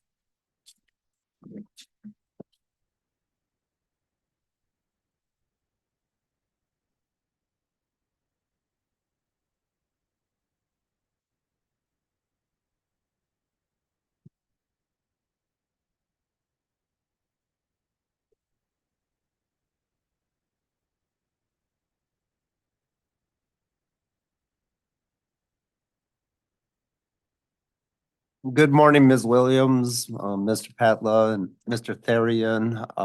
Morning. Good morning. My name is Larry Blank. I'm a consultant to Pura staff. I think we may get done with this by noon, Madam Chair. So let's start just first a follow-up, Mr. Therian, and most of my questions will probably go to Mr. Therian. I think I heard you reference some other water utilities as examples of multi-tier utilities with multi-tier block usage rates. And I heard EPCOR, and then I think one in California. Correct. LADWP. And then was there another one? Well, here in Connecticut, Aquarian Water. Sure. Now, in the case of EPCOR, are you familiar with their service areas in the United States It's mostly in Arizona. and New Mexico? I believe there is a New Mexico set of holdings as well. Yes. Yes. Okay, and then California, LAWP. My question is, do you think the water conservation policy objectives in those parts of the country may be different from Connecticut? Or do you know? I think that water conservation is important across the country. I think in water constrained areas such as Arizona and Southern California is extremely important. Okay, thank you. Next, let's talk about the allocated cost of service study. Is it true that the study that was in part relied upon for guidance in this case is from case 20-12-30? That's correct. And did you make any updates in the course of this proceeding? Have you made any updates to that study? No, all I simply did was update. My apologies. The only thing I did was ratio up the revenue requirement in that case. Okay, thank you. But it's your opinion, and I believe you've written this in at least one of your testimonies. It's your opinion that that study continues to provide useful guidance for rate design purposes in this case. Is that correct? That's correct. Okay. Thinking down the road, I guess maybe 3 years from now, of course, it's difficult to perfectly forecast, but that study then will be what, maybe 6 years old at that point. Sitting here today, are you able to render an opinion as to whether or not the company should engage somebody to update that study and make it current? In my opinion, I would think that's prudent. As a rule of thumb, every 5 years makes a lot of sense.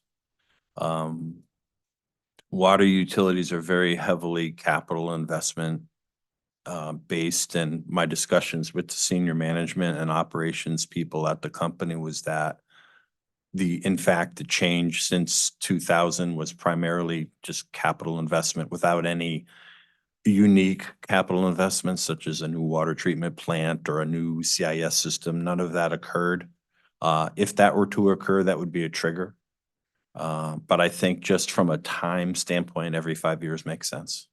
Have you had any discussions with company personnel regarding the possibility of providing a new study in the next case? I have not. So you would not know whether the company today could make that commitment to prepare an updated allocated cost of service study? I would defer to the company. Okay. Any of the other panelists? I don't think we'd be prepared to make a commitment of that nature until we saw the variables affecting a decision like that would not have manifested itself by today. Okay, fair enough. If the authority were to order the company to include that in its next rate case filing, do you foresee any problems in accomplishing that? If the commission were to order it, Correct. we would do it. Okay. Thank you. Let's talk about, let's follow up a little more on the fixed charges, Mr. Therian, the fixed meter charges. And earlier you were referenced to RRU 284 Exhibit 1, which again was the presentation that was provided as part of the revenue audit. This is the rate consolidation presentation. Right, I have that. And then on page 9 of 23, at least that's the pagination I have, there is a table entitled Quarterly Rates Comparison, fixed charges. I have that. Yes. So let's start with, I want to look at a couple of these divisions. Let's start with Middlebury Water Commission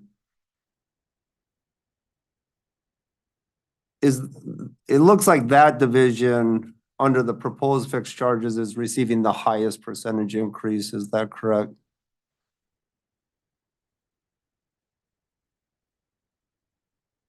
Yes, that's correct. And the current rate is $27. Maybe we should clarify for the record. I believe these are for 5/8 inch meters. Is that correct? That is correct. And $27 is the current rate for Middlebury Water Commission. A quarterly fixed rate, correct.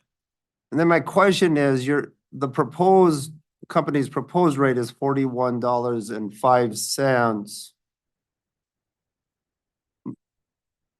The target for consolidation in this case is $47.31, correct? Correct. So my question is, we got pretty close. Why not take it all the way to $47.31? Was there a reason we should know? Yes. First of all, I tried real hard. It just ended up being too much. And when I say too much, there is a contractual obligation. And that's shown in the response to RRU 538. And it's a contract between Connecticut Water and Middlebury. And in that agreement,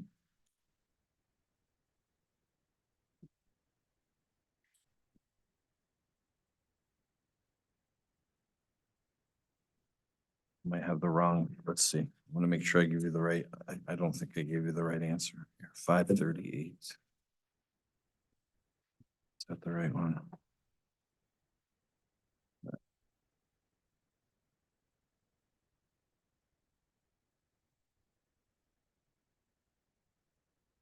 I'll have to read in the correct response, but there's an agreement with the town. It's a 61-year agreement. And one of the articles says that the rates for residential customers should go up the same as the Connecticut water system average. And then that should be advocated before the authority. So I took that as being in total for an average customer. And that's how I basically ran that contractual test in my rate design model. If I were to increase the fixed customer charge to achieve consolidation, my recollection is that the per 1,000-gallon charge would have to go down fairly significantly, and it just didn't make sense. Okay, thank you.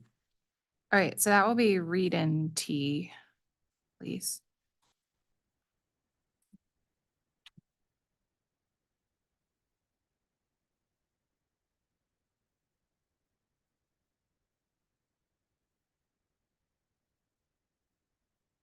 I'm sorry, Chairman Gillette, I didn't hear that.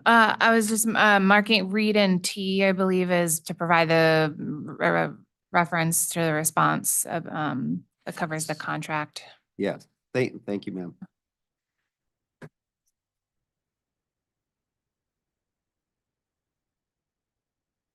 Let's now look, Mr. Therian, let's look at Mr. Therian, did you have a follow-up response? I did. Okay. Mr. Patlas found my reference for me, so we can either close out that read in or just disregard it. It's OCC 309. And I'm sorry to interrupt, but just, I lost my notes in that exchange. Did you say that the contract requires us to maintain it or requires you to advocate for It it? requires the company to advocate. So on page 7, Article 10, water rates, subsection C, the last sentence reads, for the term of this agreement, the party shall use all reasonable efforts to advocate to the DPUC the rate treatment contemplated by the agreement. Thank you. And in that whole section, it talks about The rate average treatment. rates. Correct. All right, thank you. Sorry, Mr. Blank. One second, Chairman Gillette, how do you want to handle that relative to the read-in? I had already written it down, so I'm gonna check Go it ahead, off. that's a lot cleaner. And the next read-in, if we have one, will be you. Thank you. Thank you, Mr. Blank. Thank you, ma'am. Mr. Therian, referring back to that same table on exhibit RRU 284, exhibit 1, page 9. I see 3 divisions where the present or current rate is $36.50. I just want you to confirm. We have Ellington Acres, Heritage Village, and Stores Mansfield. Is that correct? At $36.50.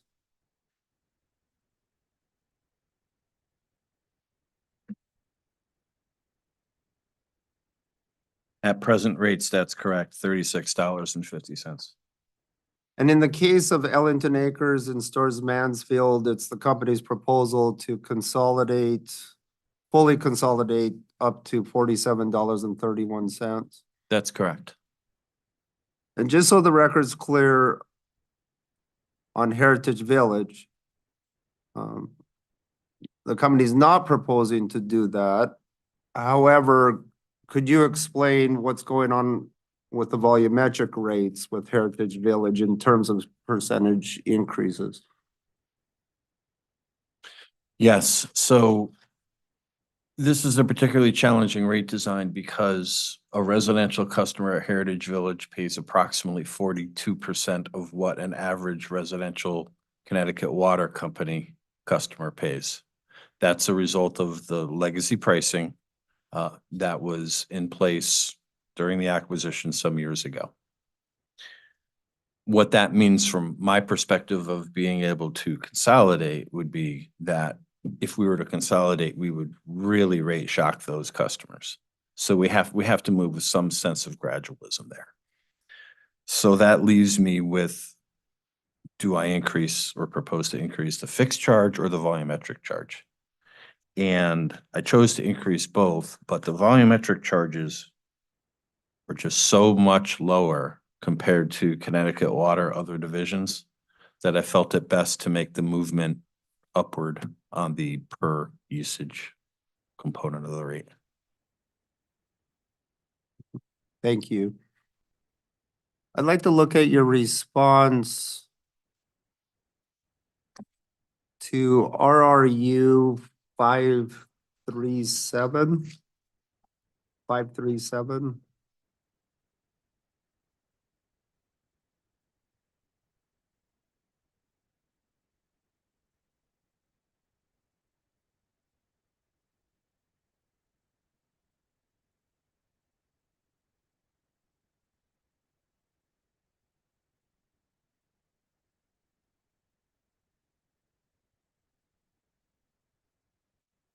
I have that. Okay, and here you were asked to provide cost of service references justifying the proposed fixed meter charges. I'm paraphrasing. Correct. And then you give a reference to the allocated cost of service, RRU-47 attachment 1, correct? Correct. So let's go to that attachment, specifically tab ACOS-2.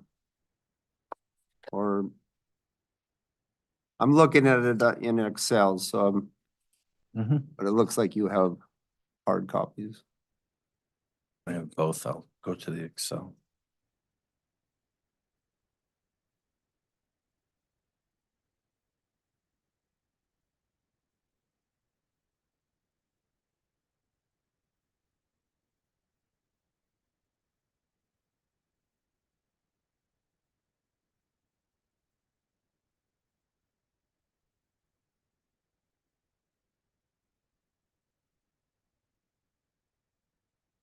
I have that. And then your reference in the response was ACO, the tab ACOS-2, line number 27. Are you there? I am, Would you- yes, exhibit line number 27, not Excel line 27. Thank you for that clarification. Correct.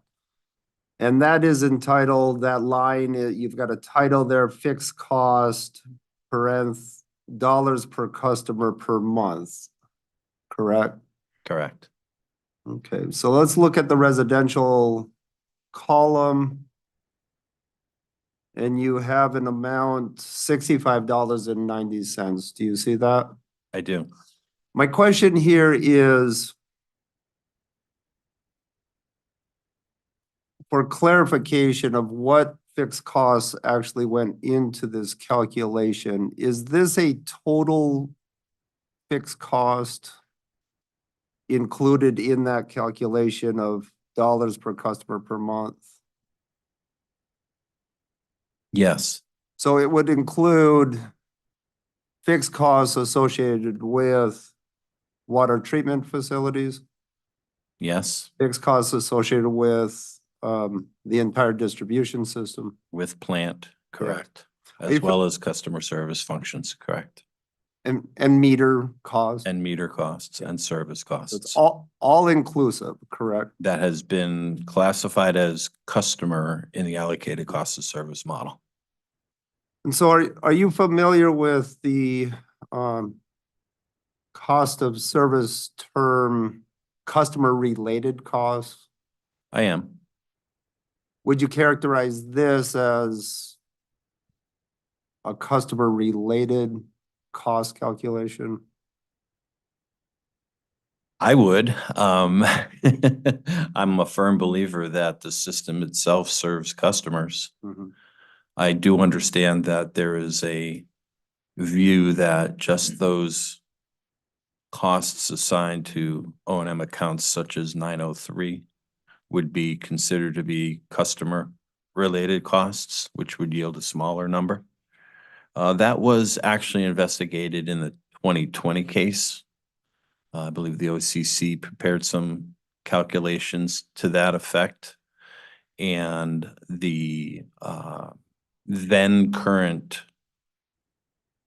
rates were very close to those, as you would say. Oh, I forgot your characterization. Customer related. costs. Customer related costs, yes. Okay, thank you for that response. Now, for comparison purposes, if we were to try to compare this $65.90 back to our earlier discussion from the consolidation presentation that you were relying upon, we would have to multiply this number times 3, correct? Correct, To turn it into a quarterly cost, correct? correct. Okay, thank you. So next I want to move on to public and private fire.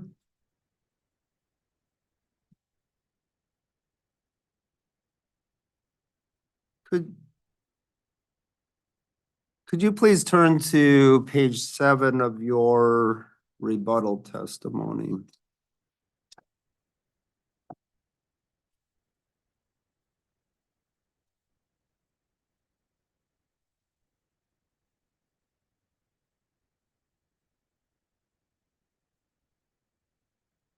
I have that.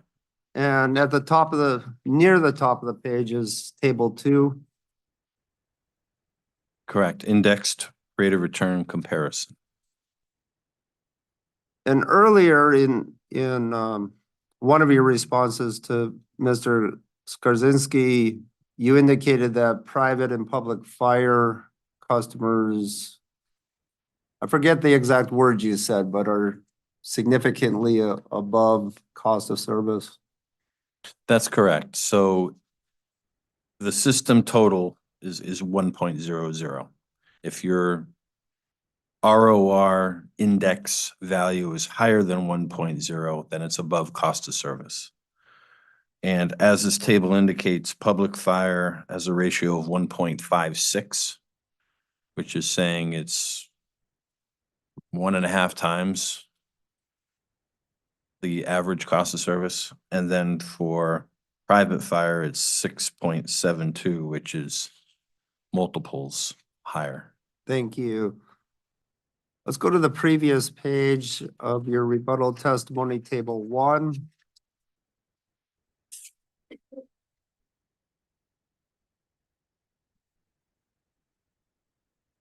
And for private fire, well, first, maybe I should ask you to explain the purpose of including this table 1 in your rebuttal testimony. I believe some corrections were made. That's right. As I mentioned at the very beginning of my testimony under direct examination, I said the OCC witness identified an allocation error in the 2020 study for meters. And this reflects that correction. And as you can see, it affects the residential class and the commercial, industrial, and public authority classes the most. But it did not affect private fire or public fire, correct? Correct. And this is showing proposed revenues that equalized ROR. So is it fair to characterize these as cost-based revenues? Or Yes, with the caveat that it's from 2020. okay, thank you. But you updated that. I think earlier you said you ratioed that up to reflect current revenue requirement. That is correct. But my only point, to be very clear, is that table 1 dollars are from 2020. Oh, so these These are dollars. pre-ratio. Okay, thank you for that clarification.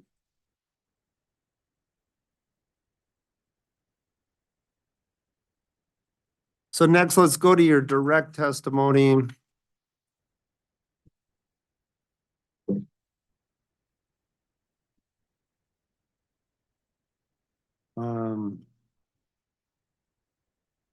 Page 12, table 1.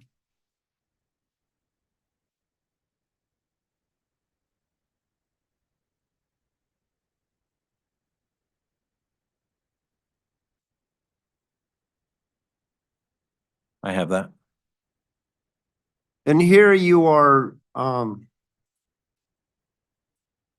showing the proposed class revenue allocation. Now, these revenues are at the company's proposed revenue requirement level. Is that correct? Yes, the second column in, correct. Okay.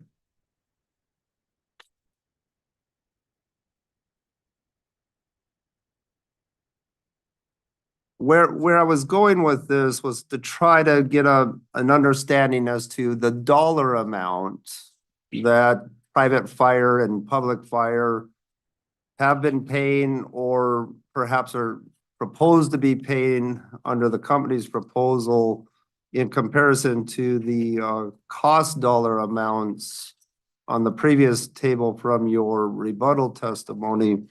But as you indicated, that table 1 in your rebuttal testimony does not reflect the updated revenue requirement, correct? That's correct. But we could compare the current revenues to those cost levels, correct? We could. That'd be a more accurate or proper comparison. Yes, it would. And are we looking at, say, for private fire,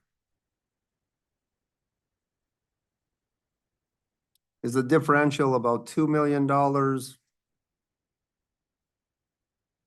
between current revenues and cost?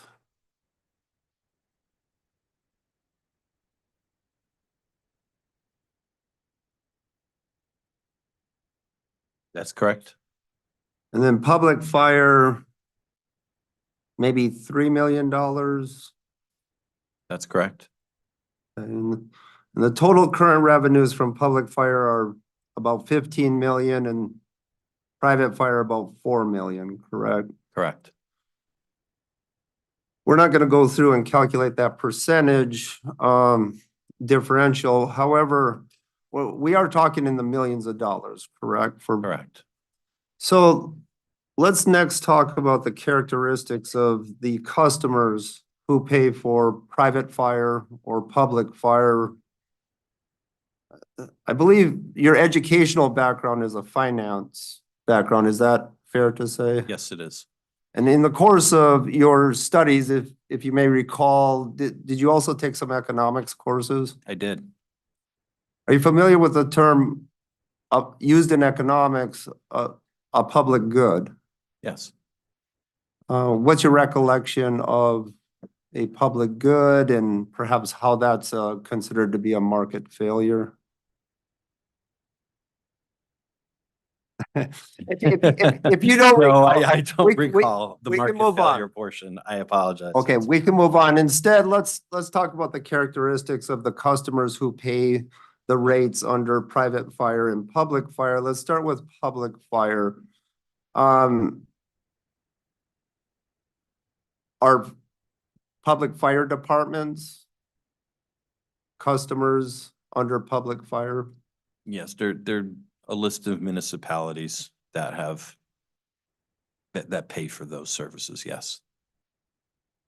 Would it be fair to say that the majority of, and we're mostly talking hydrants, right? The point of delivery to the customer? Hydrants and mains, yes. Correct, because there are dedicated hydrant mains as well. Is that correct? That's correct. Okay.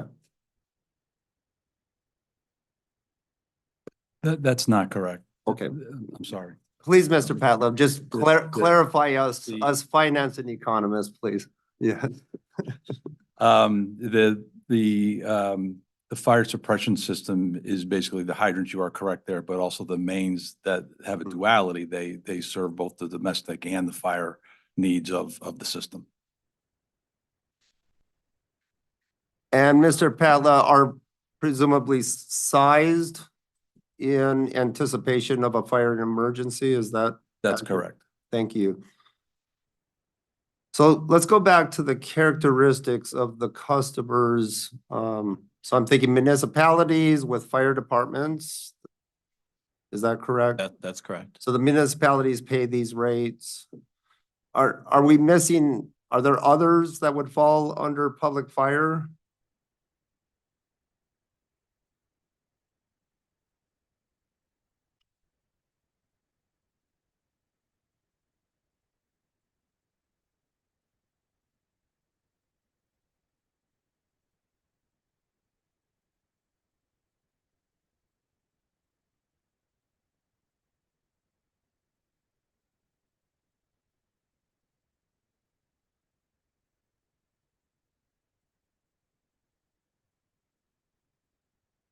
One moment, please. I can give you a more specific answer.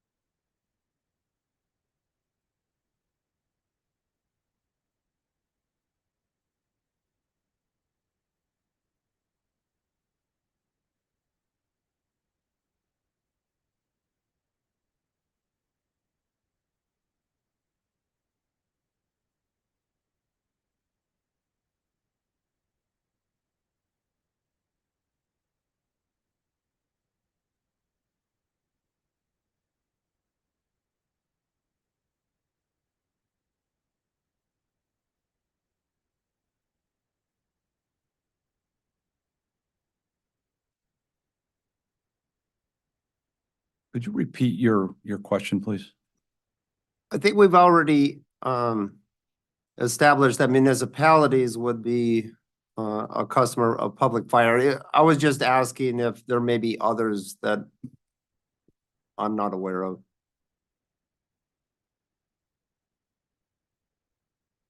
There, I would say generally, no. There may be a homeowners association or the like that may get public fire as well, but Okay. I'm not sure. Okay, that's fine. Now, private fire, could you characterize, maybe Mr. Patla, the nature of that service? Maybe an example of a customer who has requested private fire service. That would typically be a private development that would have unapproved town roads within them that they would assume the costs of that private water fire, private fire protection charges as part of the contract that we would have with them. Would it possibly include say, a large commercial customer who sees the need to have that fire protection on site? It indeed could. And then I'm wondering about independent school districts, public school districts who may have a similar request to the water company for protection, added protection on site at schools. Would that, go ahead. That would be independent school districts or Public school districts that have a request for fire service on site. Would that fall under private fire or public fire?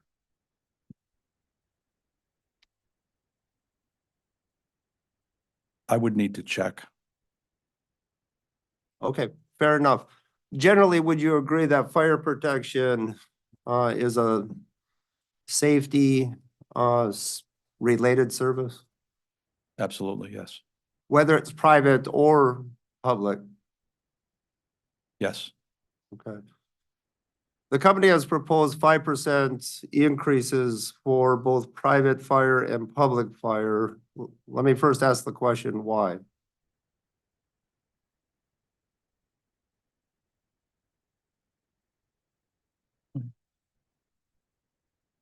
It's here.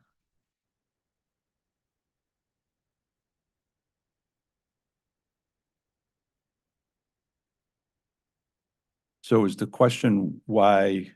Why has the company proposed a 5% increase for private fire and public fire? We see the 5% as contributing to the overall cost of service, but we as well wanted to mitigate the effects on towns and municipal budgets in particular, due to the fire protection charges in many towns that we serve.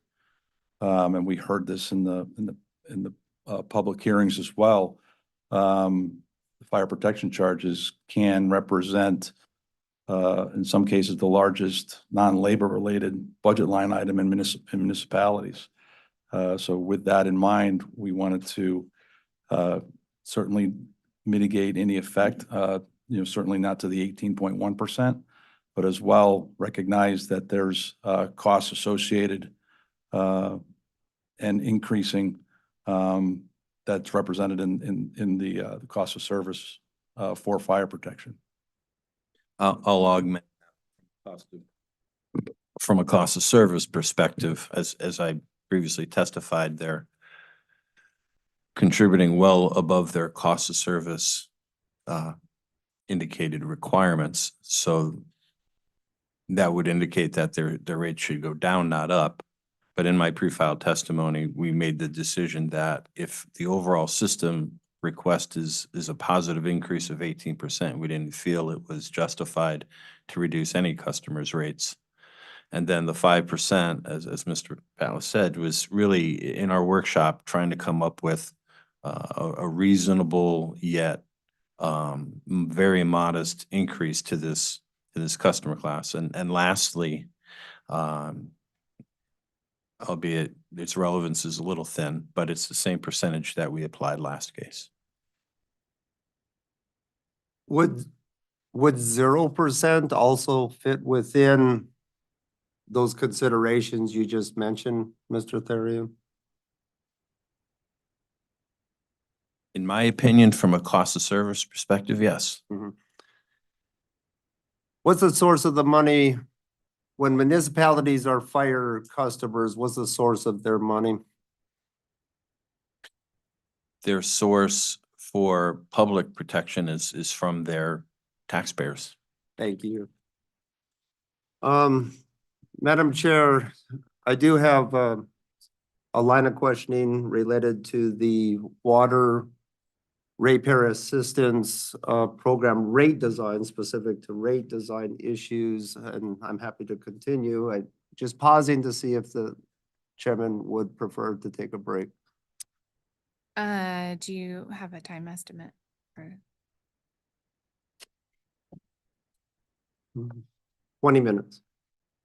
okay, I would prefer to address the authority staff's questions before I take the lunch break, but let me check with the company or the panel. We can do either. We okay? Fine with me. Okay, all right, let's continue, please. Okay, thank you. So as I indicated, let's shift to the rate design related to the WRAP, W-R-A-P.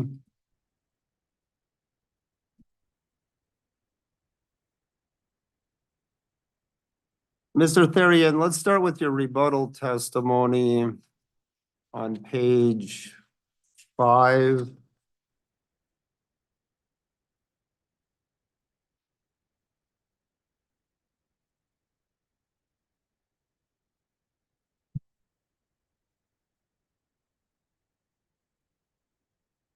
I have that. And on page 5, lines 8 and 9, you reference, I believe you're referencing the OCC's modified recommendations for the tiered discounts. Is that correct? That's correct. And is the company willing to accept the OCC's recommended discounts at this point? Yes.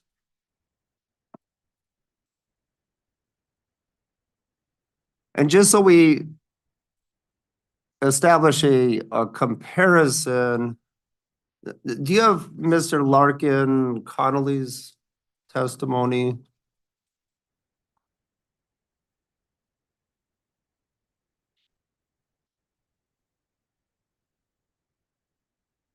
The OCC's witness? Yes, I'm pulling it up. Thank you. Okay. And then when you get that page 20 of his testimony, there's a table here just that provides a nice comparison. I just want you to be able to confirm that these are accurate.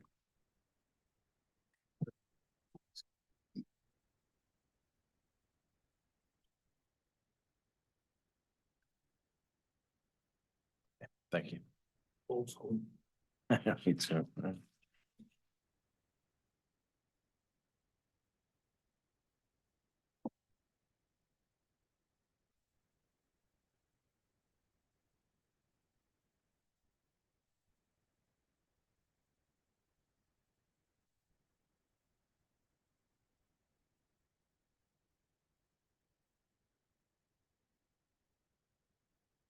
I have that. So we're on page 20, table 9 of Mr. Larkin Connolly's direct testimony, where he has provided a comparison table between the company's proposed discounts at the 3 income tier levels and then his proposed, or the OCC's proposed discounts. My first question is, do the company proposed discounts, are those accurately reflected here? Yes, they are. They look familiar to me because that's really a percentage of what the proposed average cost would be, less the constraint of the maximum percentages. So yes, that is such as the 2% of income. So yes, that is accurate. Thank you. Next, I want to talk about the estimated revenue impacts related to the RAP program. We could go back to your rebuttal testimony, pages 4 to 5. I have that.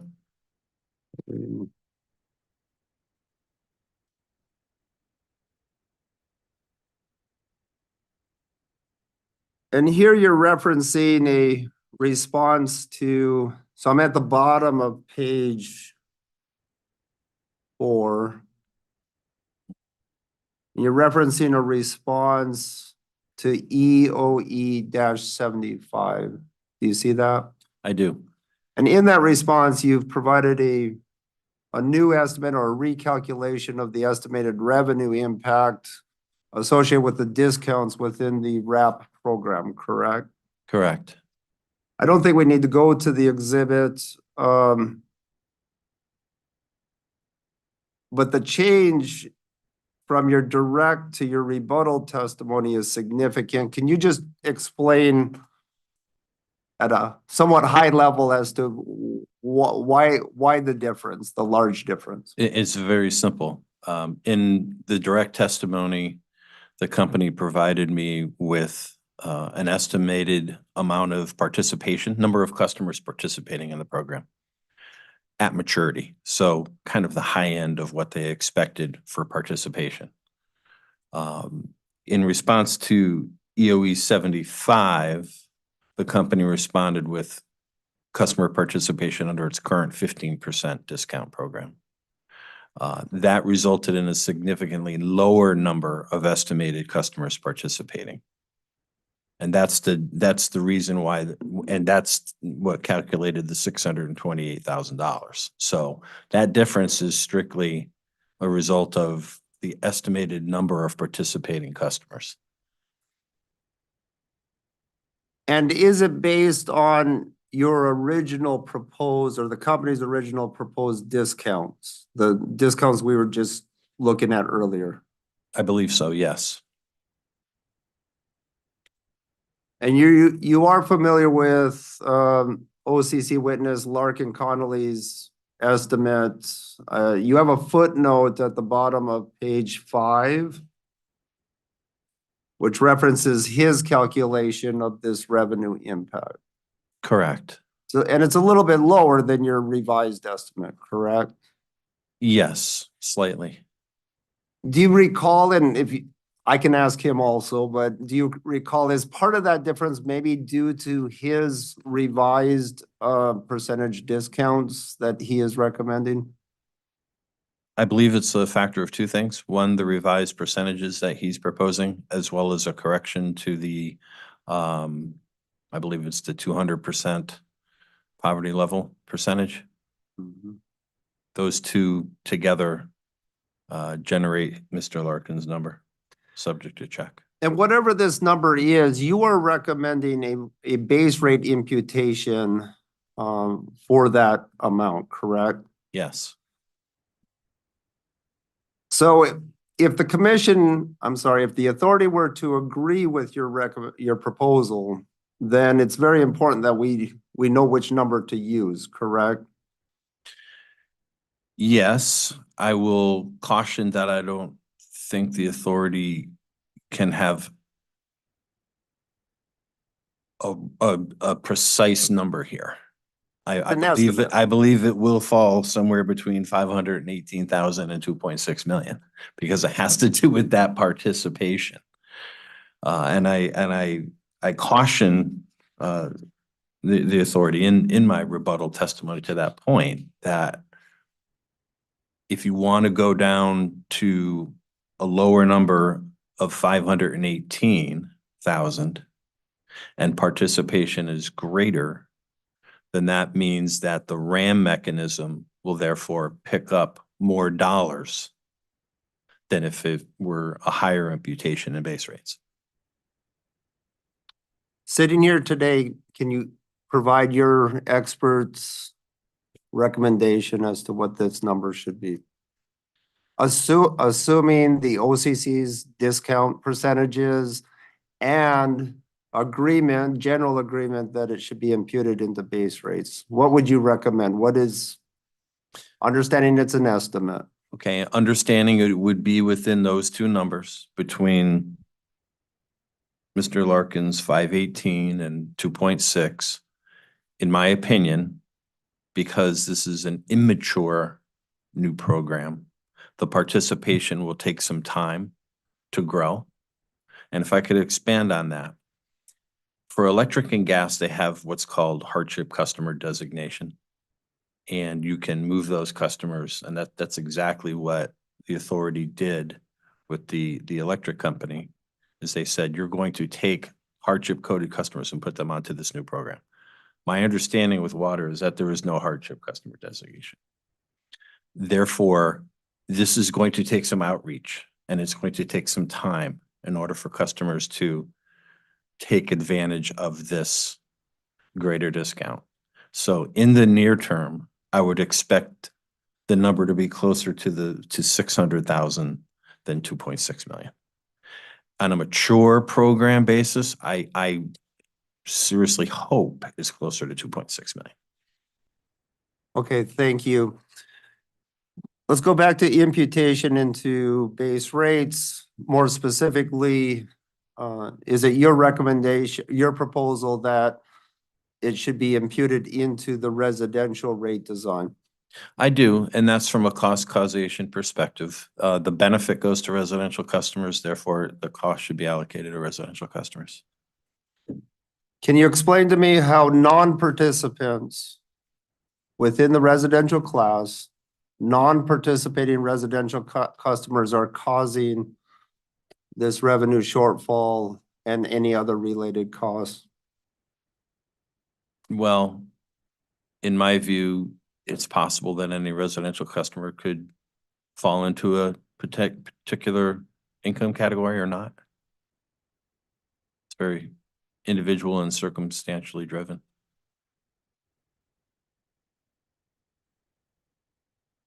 So I believe you stated this is a residential class specific program. So you don't see this broader than that, a social program? I can concede that it is a social program. Okay, from a pure cost of service standpoint, I'm a firm believer in cost causation. And that was my recommendation, to impute these costs into the residential class. That's also how it was done with the 15% across the board discount in the previous case. I agree that it's a social program, and if the authority wants to spread it across all customers, I would not have a problem with that per se. And so if the authority does decide they agree on your recommended imputation into base rates, but they would prefer to spread it, you don't foresee a problem in the compliance filing to do that? No problem at all. Okay.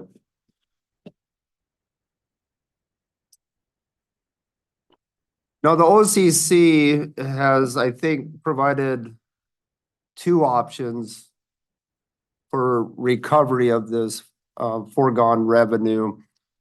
I believe Mr. Larkin Connolly, the first was what we just discussed, I believe. I don't want to speak for him, but an imputation, is it your understanding, option one would be imputation, but spread across all customers? Is that your understanding?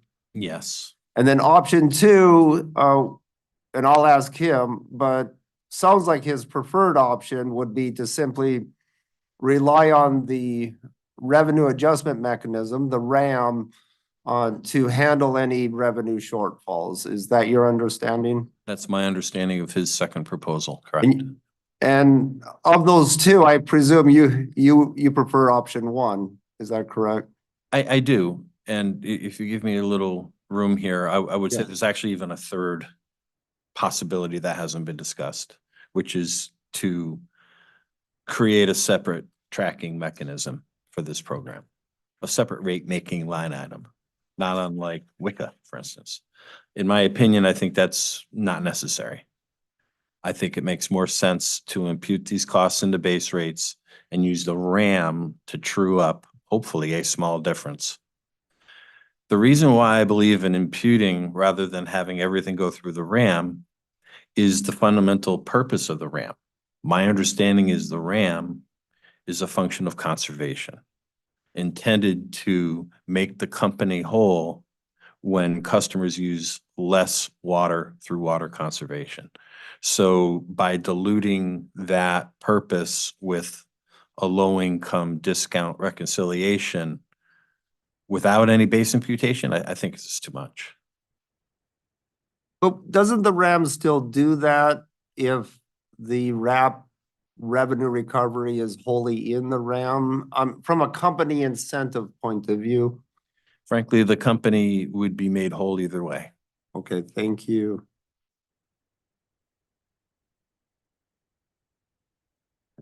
Are you familiar with the design of the RAM? Generally, yes. Is it a customer class specific mechanism, or is it a more general than that, company-wide adjustment mechanism? I don't know.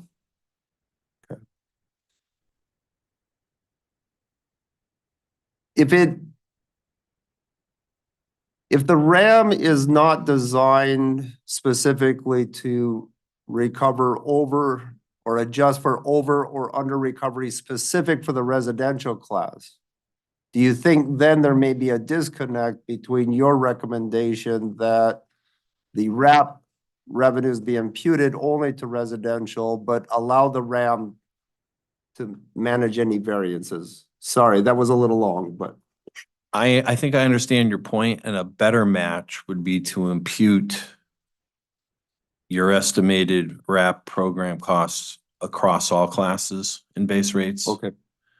And then it would match the revenue recovery of the RAM. Very good, thank you. Last question. Whatever the authority orders, directs the company to do on these matters of rate design, more specifically on this issue of the RAP revenue adjustments, you, in your direct case, you imputed 2.6 million to the residential customers, correct? Correct. Within the calculation of the residential rate design, so that we can anticipate what to expect and what to look for in your compliance filing. Where does that 2.6 million enter into your calculations of the residential rates? It's in the per 1,000-gallon volumetric rate. Okay, and is it imputed, is it an adjustment to present revenues? Or is it let me let you answer that first.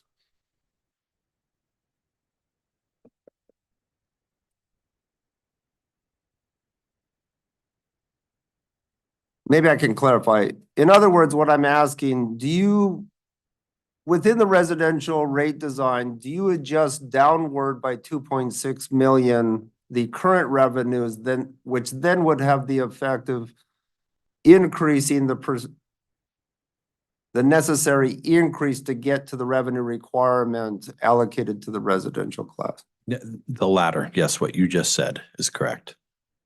So $2.6 million is ascribed to the residential class as part of their class cost of service responsibility. The overall revenue increase is their overall revenue increase. It's a matter of revenue allocation. And what I'm doing is stated a different way, directly assigning the responsibility of $2.6 million of costs to the residential class. So if I'm hearing you correctly, you are adding it to the allocated revenue requirement to the residential classes mathematically, I'm asking. Mathematically correct. Madam Chair, this is my last question. I'm just wondering whether a late filed exhibit for Mr. Therian to point to guide us to the mathematical calculations related to his imputation in his direct testimony.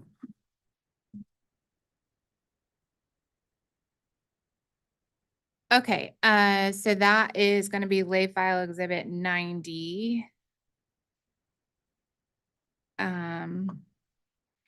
Is there a page number in the direct testimony, or you just want me, or does Mr. Therian understand the reference well enough?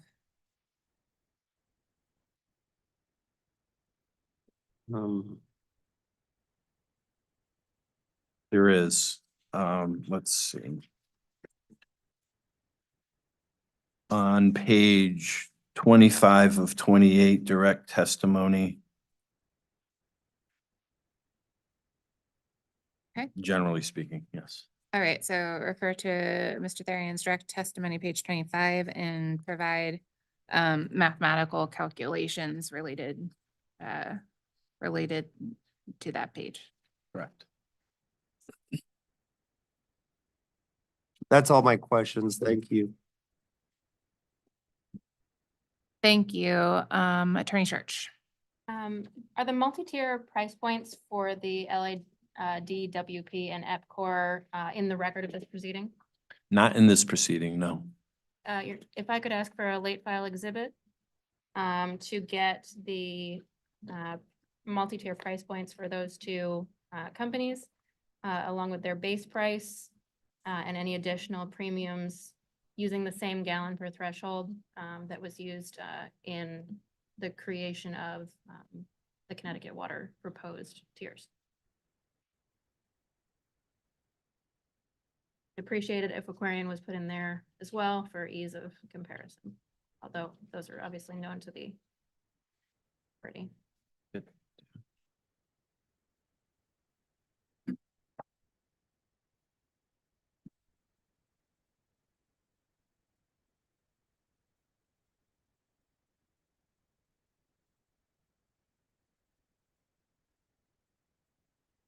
I was thinking the residential tariff sheets that show those rates would speak for itself. I think that would be sufficient. Okay, so provide the residential tariff sheets for LADWP, EPCOR, and Aquarian. Thank you. That's late file exhibit 91. Okay. That's it. That's it. All right, great. We're going to take our lunch break and recess until 1 p.m. And at 1 p.m. we'll resume cross for this panel with the OCC, please.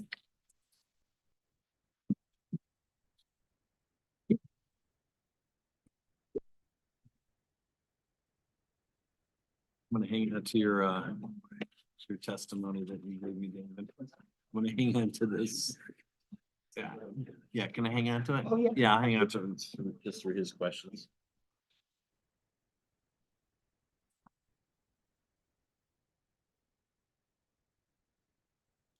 Very. Yeah, I hear you.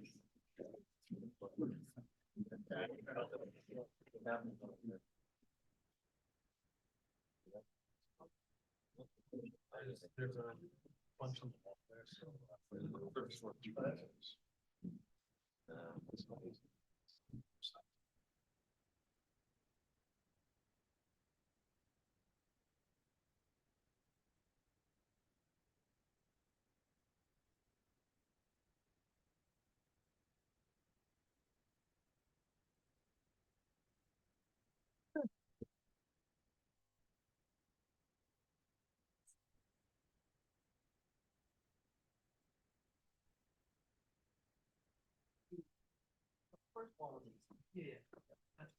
Yeah, so what's the standard now?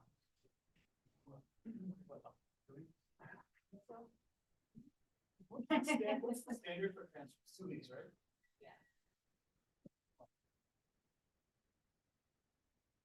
All right. Thank you. How you doing, all right? Good to see you. The one mistake, not everybody wants right away. Oh, sure. Every 3 years, we'll see you.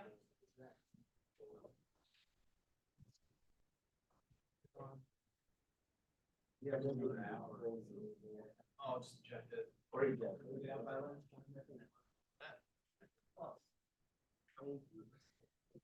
Hey, Rich. Oh, sure. I'm sorry. No problem.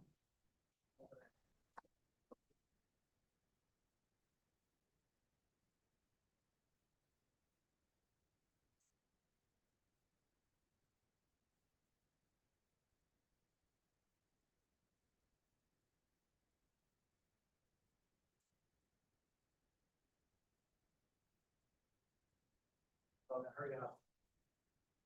You won't get any, sustenance.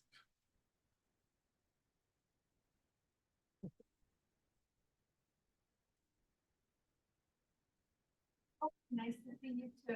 Thank you. Thank you.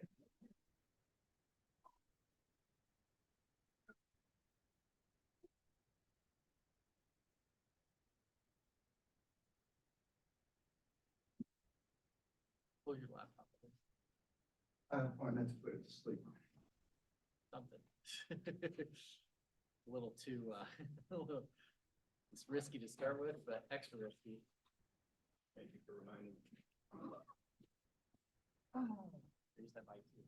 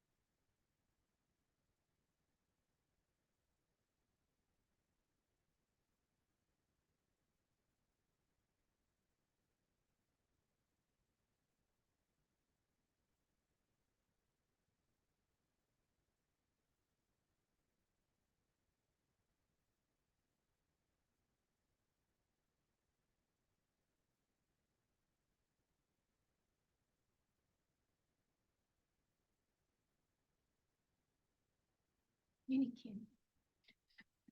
Why can't I go?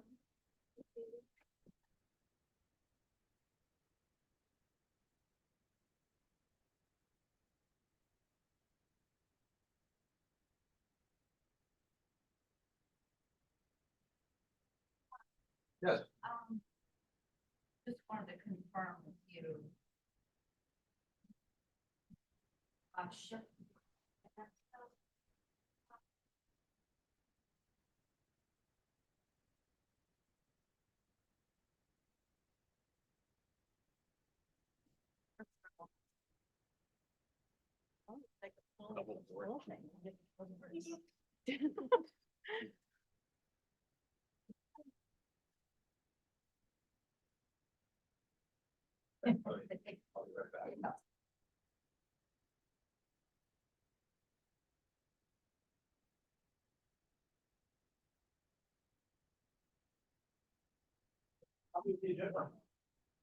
No, I'm looking for a note I made to myself.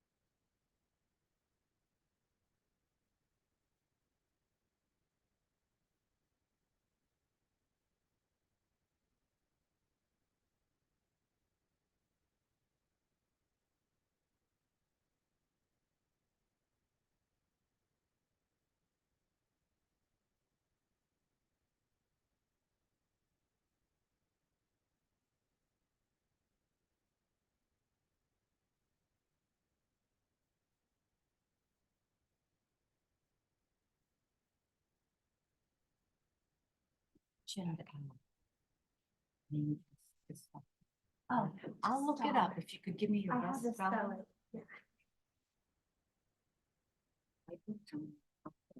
It just.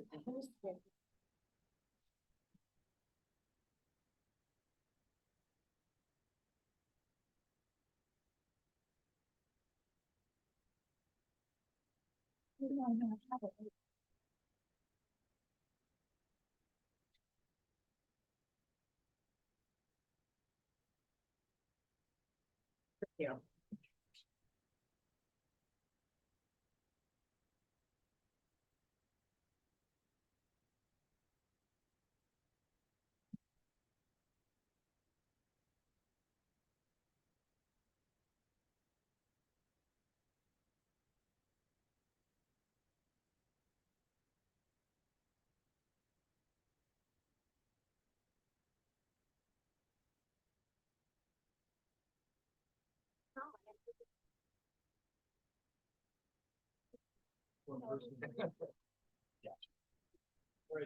Good, thanks.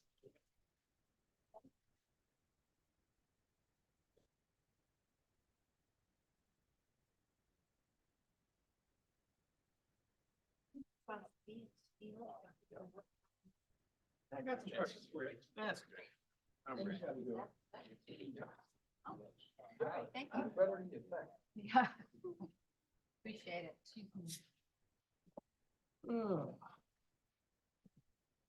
Greg. Buddy. Oh, man. Good, you? Yeah, she did. She's added. There's clicks. It's a twig. Yeah, that I. See?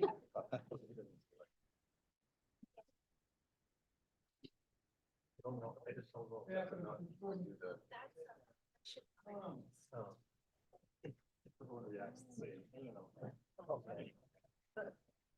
You got one that's normal?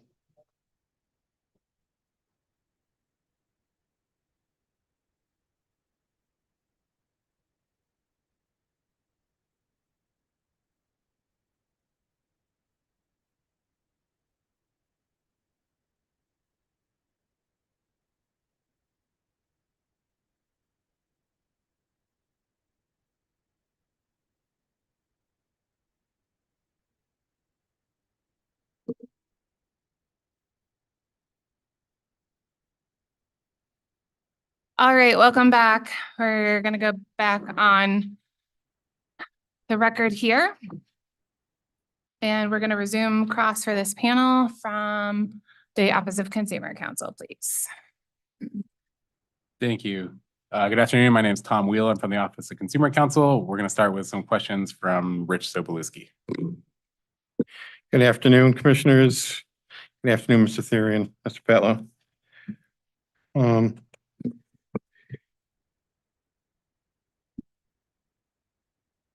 My understanding on the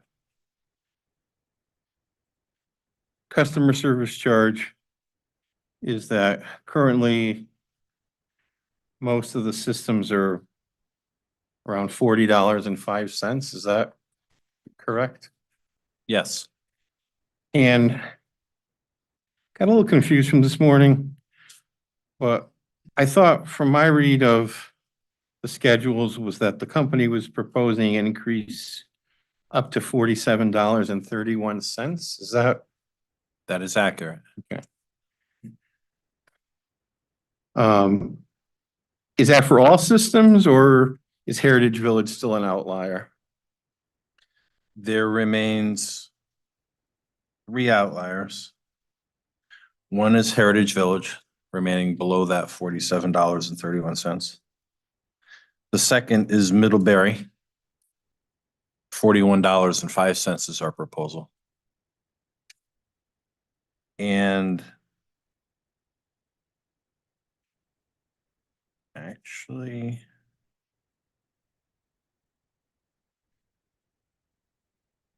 that's it. Those two. Okay. Now, when you set the customer charge, do you go through and do a cost causation and attribute all the cost elements to the specific customer charge? For example, do you go and put all the meter reading, depreciation on a meter, the return on a meter? You put all of that in the customer charge, or you really don't make that specific allocation?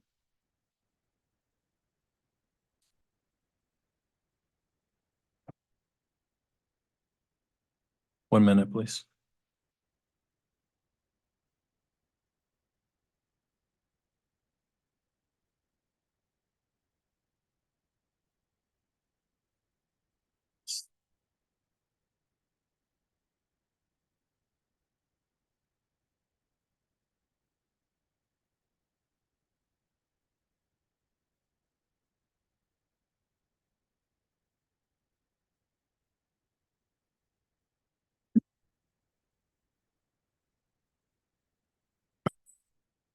The revenue requirement associated with the capital investment for meters is ascribed to the customer component.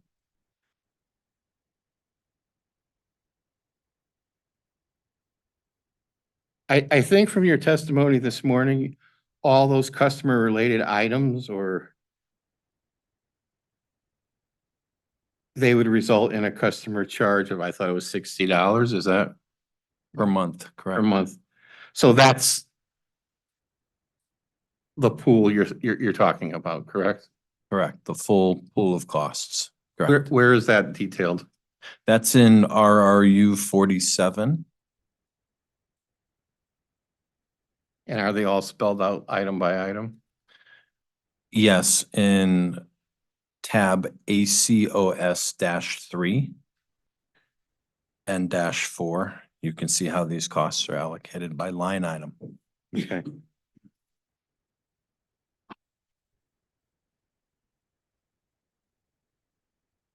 And and that's based on a per customer level, correct? The costs associated with system meters is then ascribed based on number of customers. Yes. It doesn't get into the ratios of. No, it does not. Okay. No.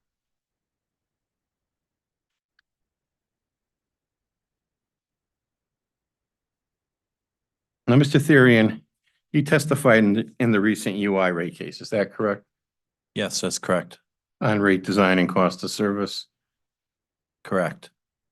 And were you involved with the calculation of the maximum residential customer charge? No, I was not actually. That was performed by a company personnel. Okay. I'm familiar with the mechanics, but I did not calculate it.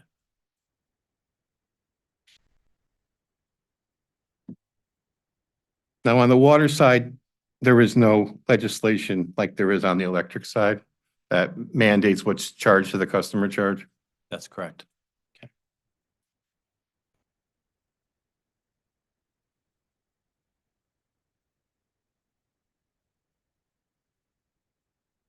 In regards to the customer charge that's calculated for the company,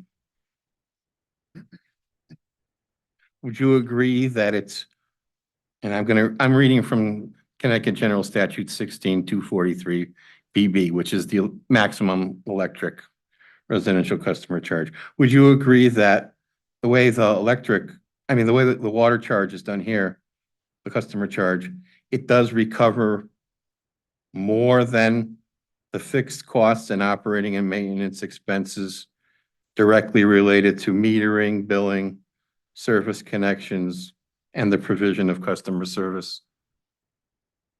Yes, and that's consistent with my testimony this morning with staff. Okay.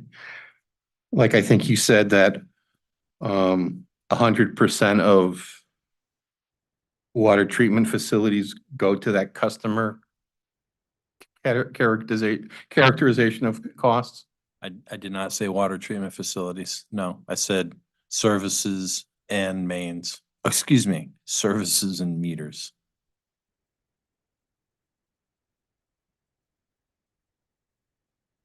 A portion of other assets are also ascribed to the customer component.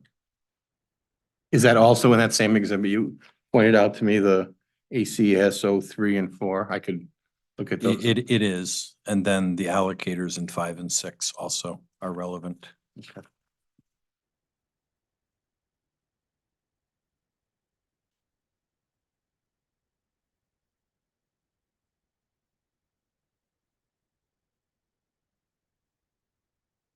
Morning, I know you had discussion with staff and their consultant about Heritage Village. How much of the increase to Heritage Village is revenue requirement related versus what I'd call rate equalization? Is there any way to tell? No, To do that, you would need a specific individualized system cost of service study. that's correct.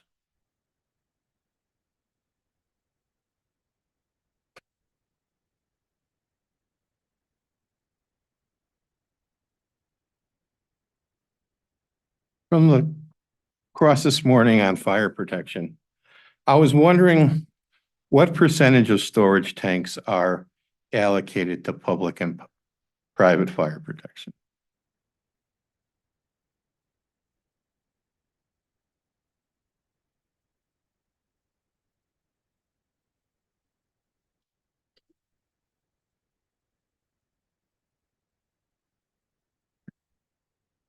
That will take me a while to calculate, and I'd prefer if it's acceptable to take that as a late file.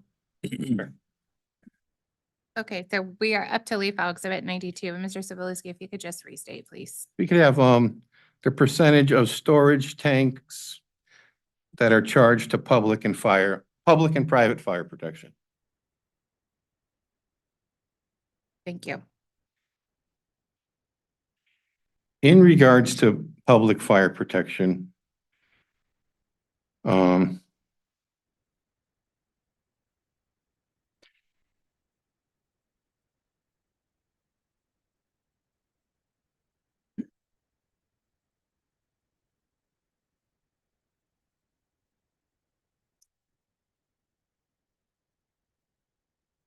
is it true that the company has limited the rate increases to public fire protection in recent proceedings? Basically having little or no increase to those charges? Testified earlier this morning that the average increase for public and private fire in the preceding case in 2020 was 5%. And that is also our proposal here. And it's possible that that might have been the case in cases before, even before that? That's correct. That's all I have. Thank you. I just have a few follow-up questions from this morning. The first is actually to Mr. Patla. This morning you were, I think, talking about the impact of peak demand in the context of the tiered rates. Just want to make sure I understand.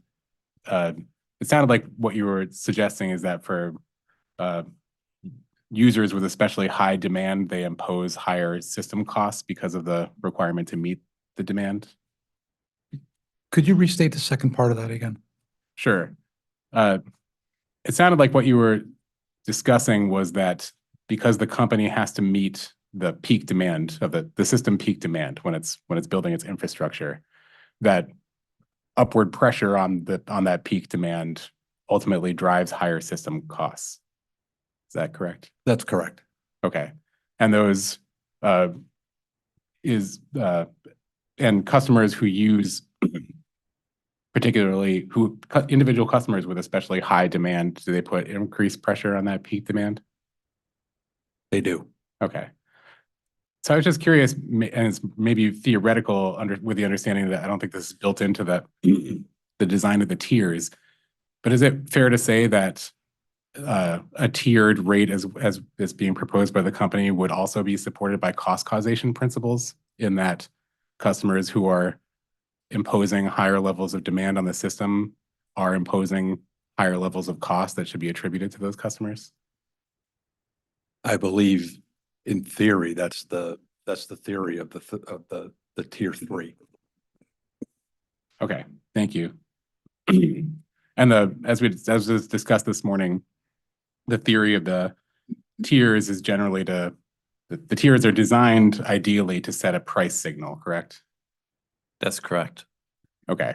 And that's the company's position that the current tier design is not accomplishing the price signal that's intended. Is that correct?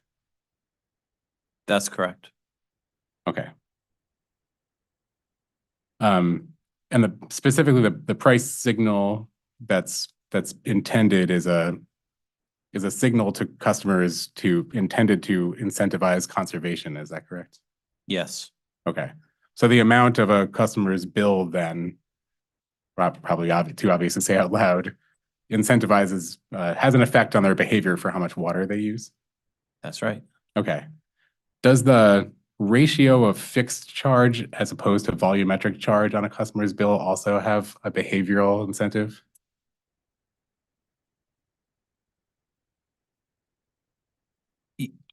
I need to expand beyond yes. It's obvious that if you had a 100% volumetric charge, then the impact of using that incremental gallon of water would matter more than, all else being equal, a smaller volumetric charge, because you're paying for a fixed component as well. That being said, it's clear that there's significant fixed costs to support this system, which support fixed cost recovery. Thank you. And to follow your hypothetical just now, if there were a bill that were entirely fixed charge with no volumetric component, what would be the expected behavioral signal sent by that bill in terms of conservation? It would lack any incentive to conserve. Thank you. I have one last question, and this is on a different topic. This is just pertaining to the, Mr. Therian, to your estimate, with the understanding from the testimony this morning that it is an estimate of $2.6 million for the total cost of the wrap. Is that, and also with the understanding that there is no proposal to adjust revenue requirements based around the REP. But isn't that $2.6 million still calculated using the company's proposed revenue requirement here in terms of what the proposed revenue requirement would mean for the residential bill? Yes, Okay, so if the authority ultimately ordered a different revenue requirement, that $2.6 million would not, to the extent the $2.6 million is currently accurate, understanding it's an estimate, it would make sense to adjust that number, is that correct?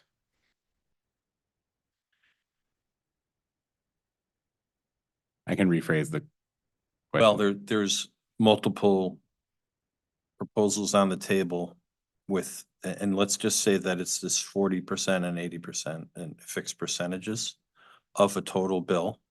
If that total bill allowance was lower, then that amount of money would be lower. Okay, so all else being equal, no other adjustments if the revenue requirement, for instance, went down, the allowed revenue requirement went down, then using the same math you used to derive the 2.6 million, you'd arrive at a lower cost for that discount, is that correct? Yes, that's correct. Okay, thank you. No further questions from the OCC. Okay, thank you. Attorney Dichter, please.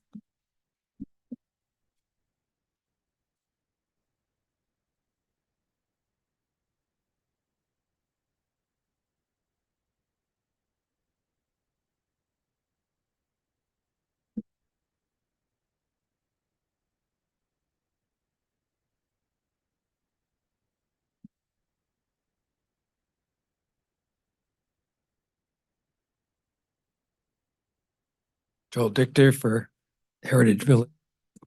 Yes. I have just a few questions when you're ready. I'm sorry. No, Excuse me. take your time when you're ready. Thank you, sir. No problem. So am I correct that you did not prepare a cost of service study directly for Heritage Village Division? That's correct. And without conducting, I believe you said to Mr. Sobolewski, without conducting such a cost of service study, you cannot definitively state whether current rates for Heritage Village residents are above or below the cost of service?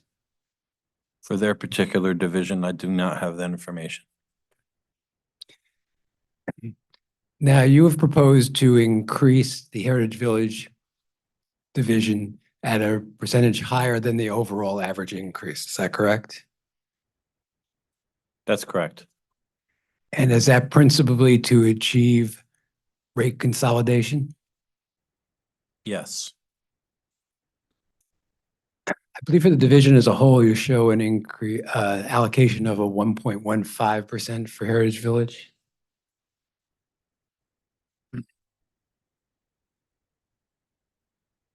that's correct.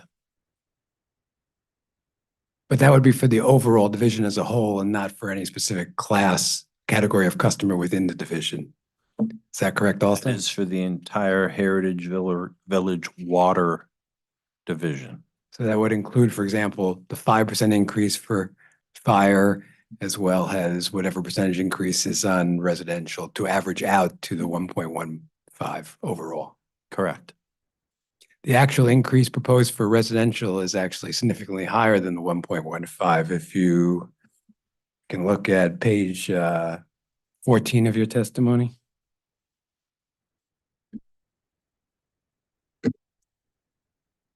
For example. Attorney Dichter, is that the original pre-file testimony? Yes, the original, not the rebuttal. Or actually, even better would be looking at page 15, the chart 2.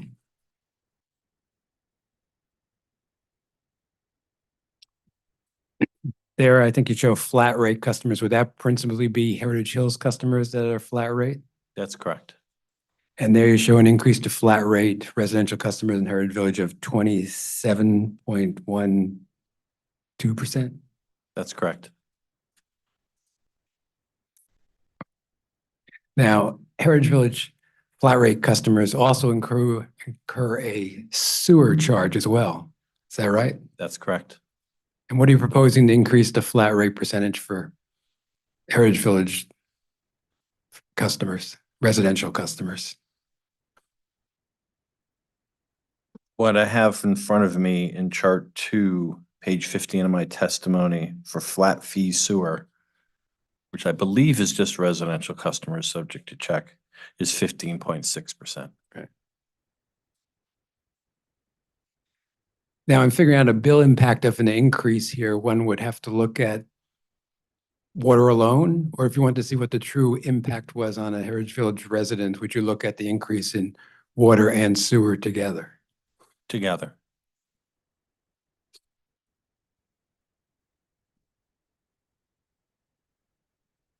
And then you also have metered customers in Heritage Village. I missed a word, sir. I'm sorry, there are metered customers in Yes, sir. residential and do you know what the percentage increase is on the metered customers overall? I do.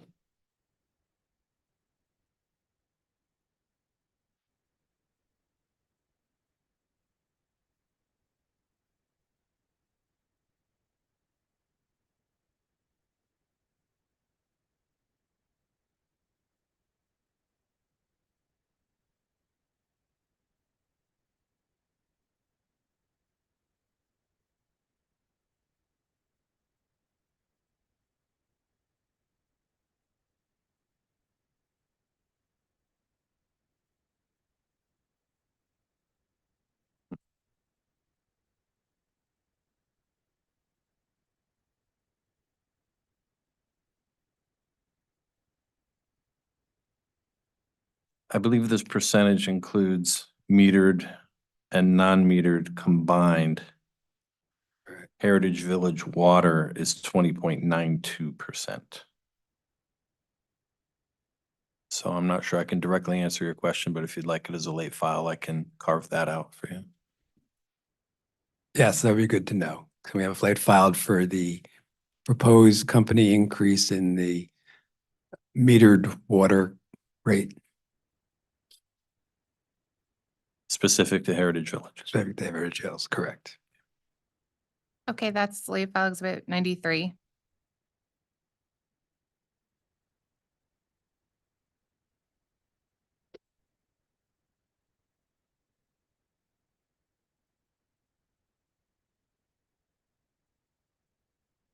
For the record, we should say you're asking for Heritage Village, not Heritage Hills, correct? Sorry, my mistake.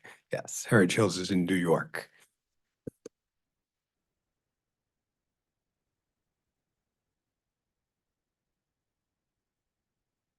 Do you know the number of customers in Heritage Village residential that would incur the tier 3 proposed rate?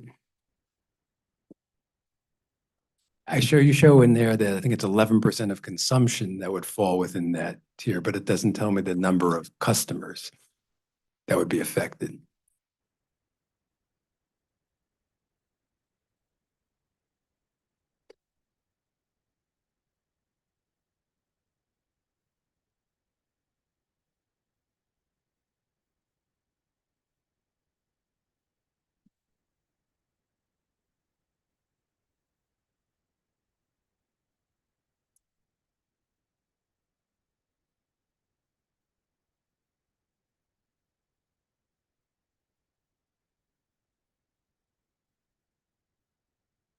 Just bear with me. I have it in a discovery response. Okay.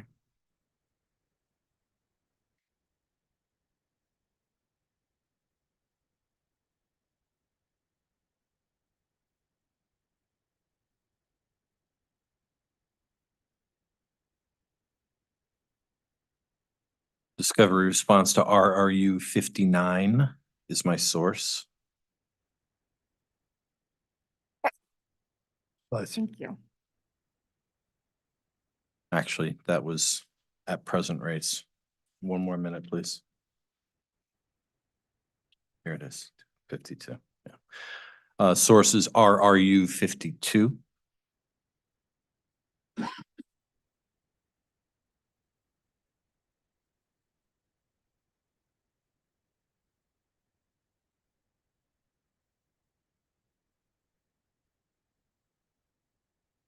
And the percentage of bills that would fall, that would include tier 3 consumption is 5.7%. Thank you. And for the record, what is the proposed meter charge for Heritage Village 5/8 inch customers? We kind of danced around that today.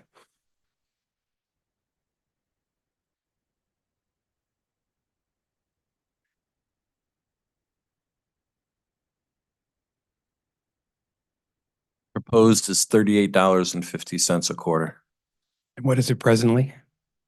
$36.50 a quarter.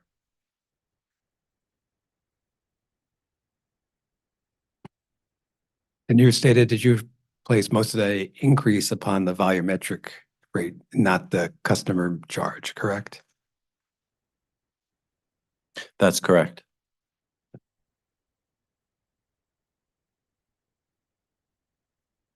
Other than the volumetric rate is low, is there another justification in your mind for doing that? I think your testimony just talked about it being a low rate.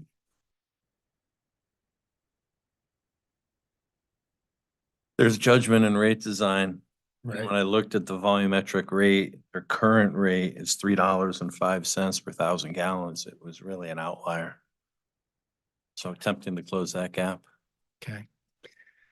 If we put aside rate consolidation as the primary factor for you in designing rates, what other factors do you look at? Well, number one is cost causation. Right. And beyond that, are there others? Equity, fairness, use of the commodity. Rate gradualism is certainly a concern. And with consolidation, is the objective at the end of the day to have all customers on the same rate schedule? Yes, ultimately.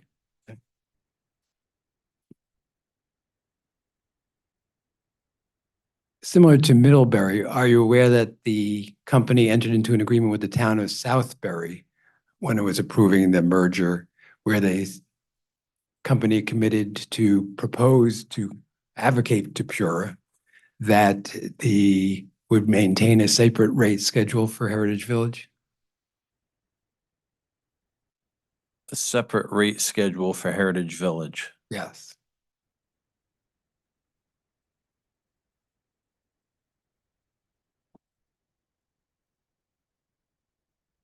I'm sorry, sir. I'm relying on my knowledge from my testimony 3 years ago. It seems familiar, but I cannot confirm with certainty to you. Okay. Moving on. Is the rate for private fire different than the rate for public fire in Heritage Village or specifically? Or generally for the company? There's a unique component for fire services in Heritage Village, which is described on a per residential customer basis. Can you just, I'm not sure I'm following that. Can you explain that? Sure. One moment, please.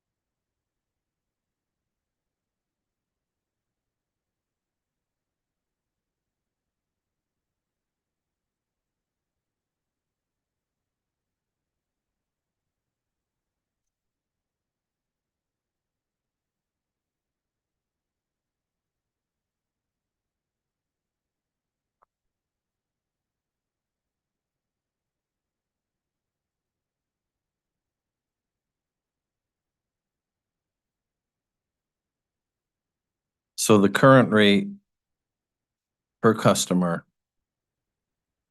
it's a flat rate for water, is $10.19 per quarter. And are you proposing to adjust that by 5% or is that a different figure? One moment, please.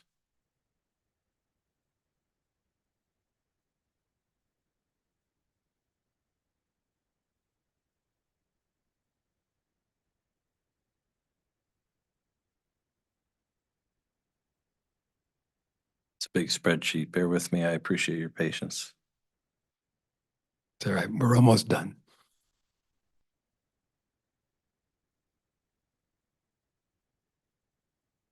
Propose to adjust that to $11.25 per quarter.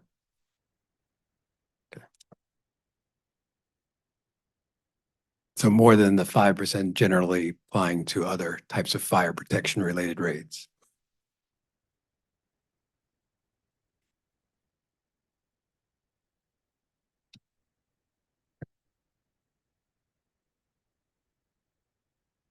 I'll say yes. Yes, okay. Is there a difference to the company in the cost of maintaining a public fire hydrant from a private fire hydrant?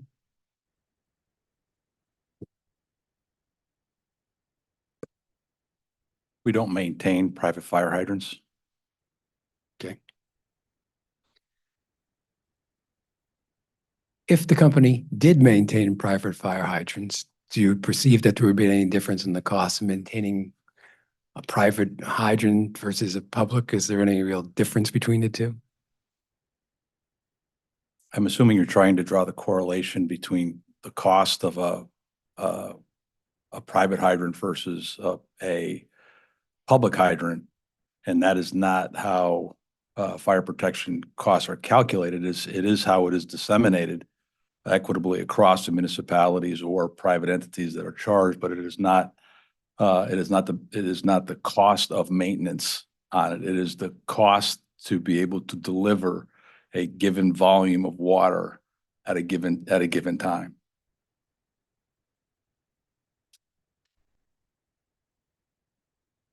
Okay. That's all the questions I have. Thank you. Thank you. Attorney Wright. No questions. Thank you. Thank you, Attorney Inoue.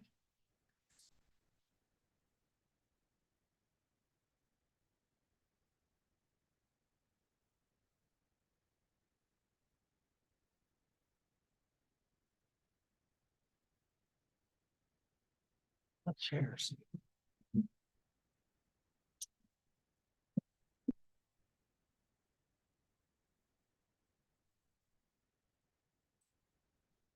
Good afternoon, Chair. Thank you, panel.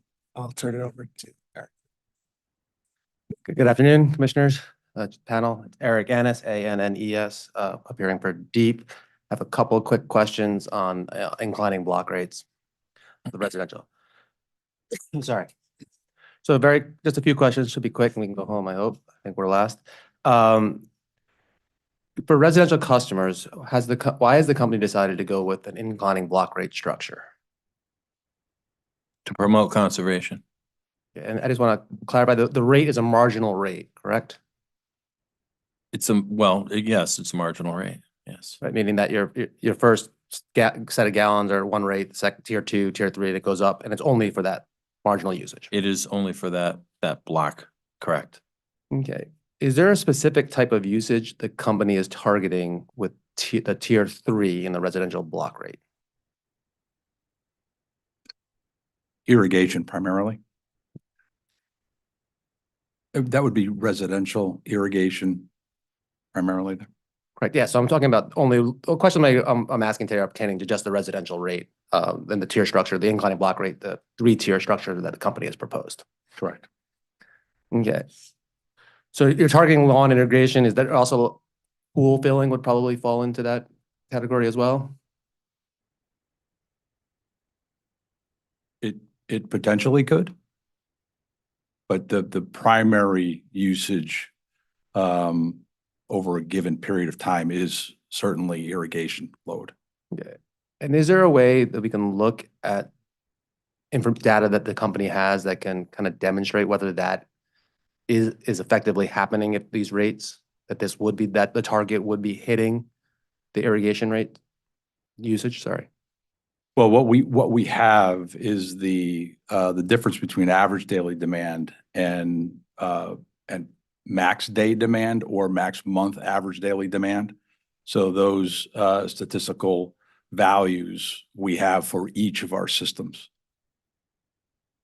And it gives you a load factor, a peaking factor is what we call it.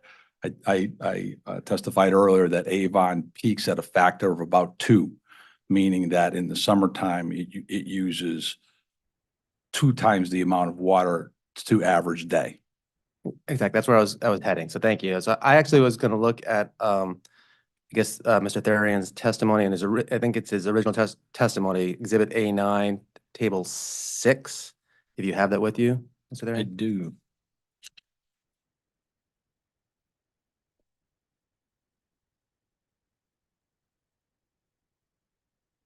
Excuse me, I have that. Okay, so could you explain what the Table 6 is showing? What Table 6 shows is the percentage of customer usage in thousands of gallons at each of the proposed tiers.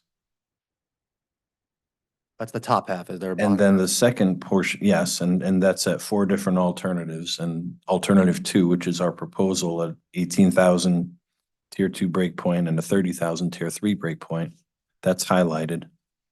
And then the second block is the number of bills. Okay. So getting at what Mr. Patla said a second ago, does the company have the ability to look at bills by month or by quarter that would do the same breakout in a monthly or quarterly way?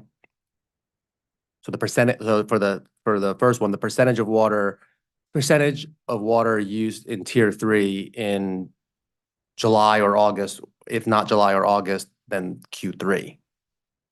Yes, that's in the bill frequency reports, which is Schedule E5-3. I missed that. I also believe it was the subject of a late file earlier this morning.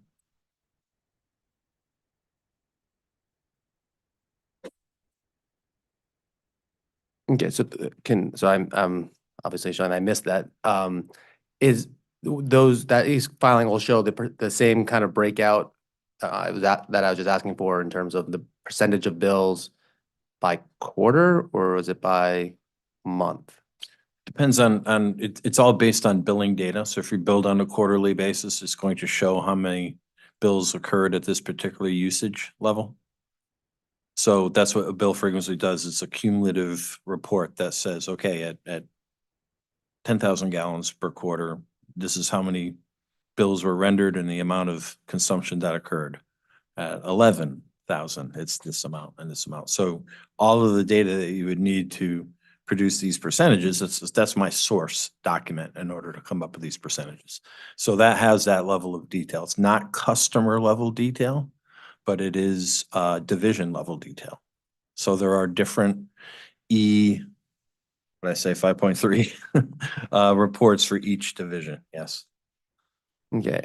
That's also noted on line 2 of page 23 of my direct. Okay, and you have not looked at the data to confirm that the percentage of bills are higher, their tier 3 bills, the higher percentage of bills are hitting the tier 3 in the summer months than they are in the non-summer months? That is not a monthly report. It's an annual report. Mr. Patlas's engineering information is probably the best source for monthly information on peaking. There are quarterly usage statistics included in RR 220 attachment,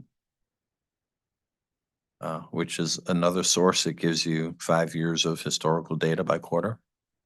If I'm understanding the line of questioning, maybe production numbers would be that we have more readily, maybe a better answer to the question of when the peaks are happening. Am I oversimplifying that? I was looking for more resolutions. I was wondering, I thought, I was expecting it to be a late file, to be, to be fair, of showing the bills when so I'm trying to see, I don't know if it would be in that, in Mr. Therian's testimony, if I can get a production of the what quarter we're seeing bills hit tier 3 in the 4 different alternatives here. So I'm looking at the data, it says 5.2% of the bills at 18,000 the 30,000 gallons of usage. That's a quarterly number, right? So are getting 5.2% of those bills are in Q3, are in tier 3. I was wondering if we could get that for Q3 numbers. What percentage of the bills in Q3 are hitting that, just so I can confirm that the target of irrigation is in fact being hit. It's just buttressing that information is what I'm Oh, trying to do. I think that what you're looking for may be addressed in late file 86, where we were going to provide total company and by division bill frequency at those thresholds by quarter. So number of bills hitting those thresholds by quarter, by division across the company is what I have in my notes from LFE 86.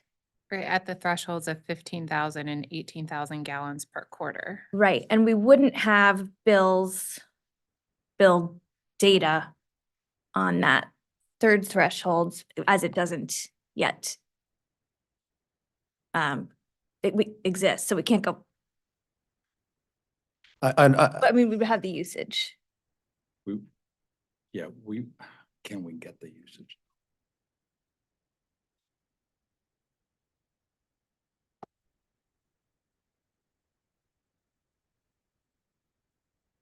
So if you're not sure if you can get the data, I was wondering if the commissioner would allow for a late file to ask for it. And if they cannot, in fact, get the data, then that could be the response, is the data is not available.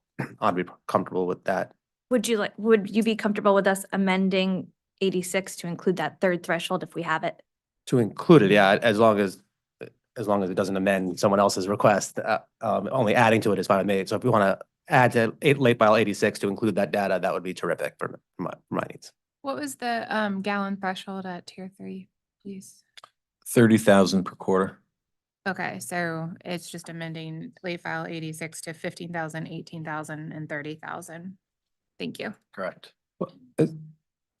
Sorry, Chairman, you're gonna get upset with me, but is it possible just to get the other thresholds as well, to compare it to the other proposals? You looked at the 4 alternatives, just to make sure that the selected alternative 2 is the best alternative. 30, 33, and 36. I would say if we can get it at 30, we'll be able to get it at 33 and 36. And 27. And 27. Yes. That would be ideal from my perspective. So if you guys can do that, I would appreciate it.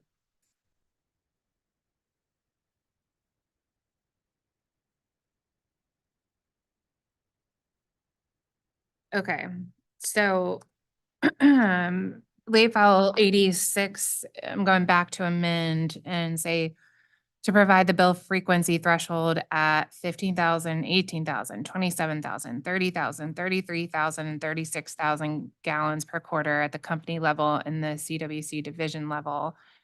And we'll just request however many of those you can provide. Thank you. Thank you very much, guys. And with that, commissioners, I am done with my questioning. Okay, thank you. Thank you.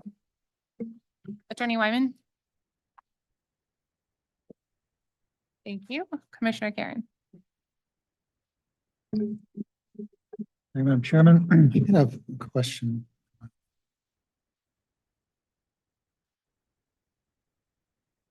So we were talking about consolidation. Wait, is that right? Nope, I think this is about the RAP program.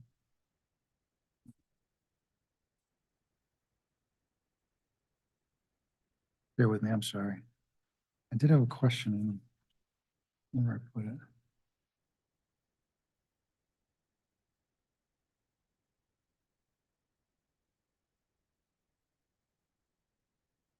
Mr. Therian, you were, let's see, okay, so we're talking about the tiers. Essentially, I think what my question was, so you're developing the extra tier with the premium. So essentially, you're avoiding future CapEx during summer for discretionary peak use, right? I think as you characterized, Mr. Padla, was if people keep using irrigation in the summertime, at some point it'll require more pumping stations, more tanks, more main, maybe not more main, but more pipe. It's an essential point of the conservation, not essential, but one of the benefits of the conservation is it would avoid CapEx in the future. I would say that's one of the considerations. I mean, just the molecules themselves are precious, I think. Right. So that's the primary driver. Right. So ultimately reducing costs overall for the system. That's right. Okay. That's what I was looking for. That's it. I'm good. Thanks. I just have one quick question on fire hydrants. So there's a lot of discussion around fire hydrants, and you were saying that between public and private, it's about 19 million, I think, in revenue. I think you're saying that. So in terms of municipalities, are people paying, does everybody pay their bills? Do towns come to you and say, Mr. Patla, forget it, we can't pay this year? I mean, do 100% of your towns pay the bill, I guess is what I'm saying, asking. I'm just curious.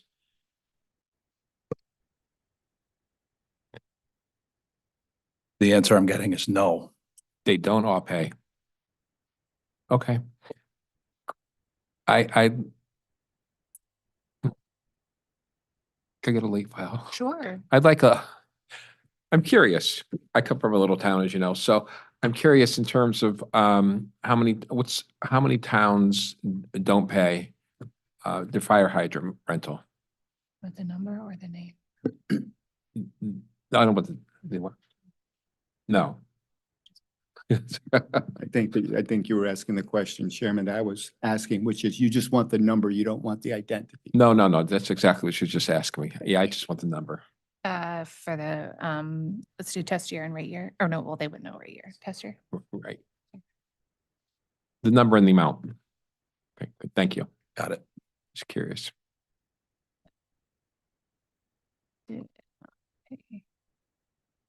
Fire protection bill, right? Okay, provide the number of towns that did not pay their fire protection bill and the amount in the test year, please. Thank you.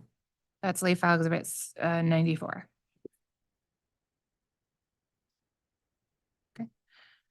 Okay.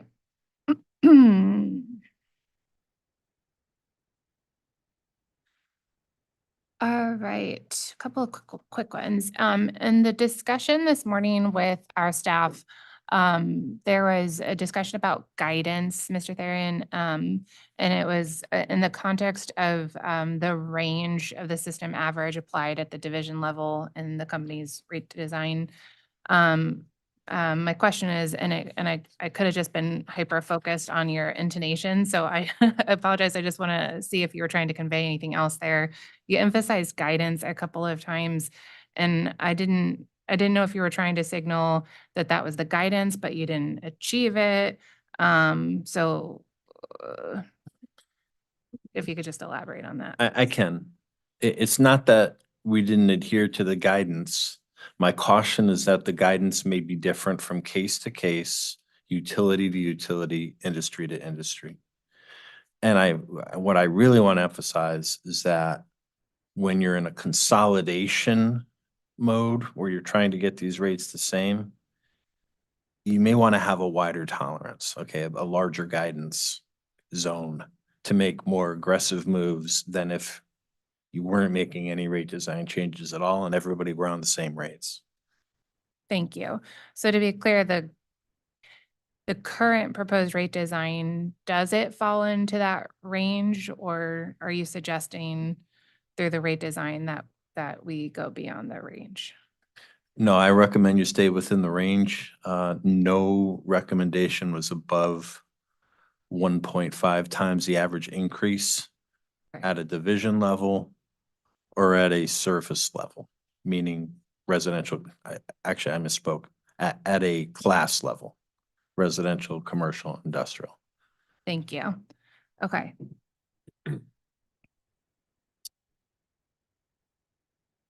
On the tiers discussion that we were just having, recognizing that we have late file exhibit 86, but that's targeted to bill frequency. Is there something in the record that talks about like the max above, so tier 3 at the threshold of, what are we at, 30,000 gallons? Do we know by how many gallons that's going to be exceeded by the max customer? I'm not sure how to phrase that exactly. Sure, that same exhibit will have, it'll eventually run out of meters and say this is the absolute biggest customer in that class in that division. Use this. Okay, so the bill frequency analysis will yield the raw data. Correct. Okay, Correct. thank you.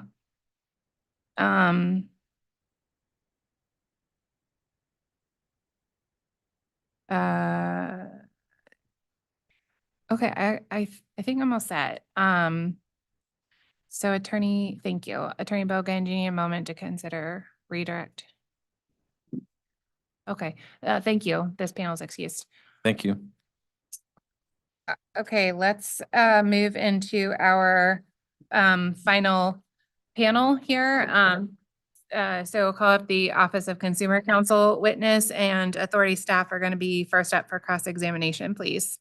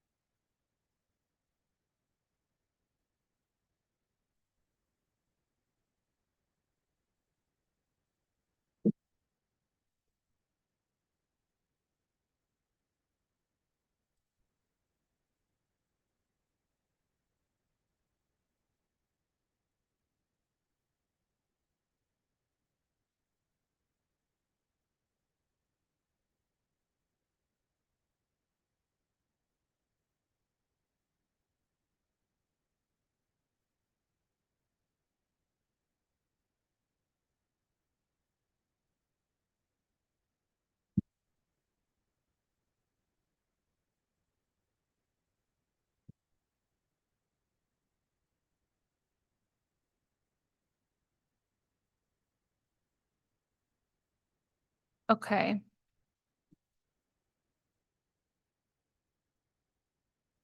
Mr. Larkin Connolly, if you could please raise your right hand, I'll administer the oath. I swear to tell the truth, the whole truth, and nothing but the truth under pains and penalties of perjury. I do. Thank you. Attorney Whale, please.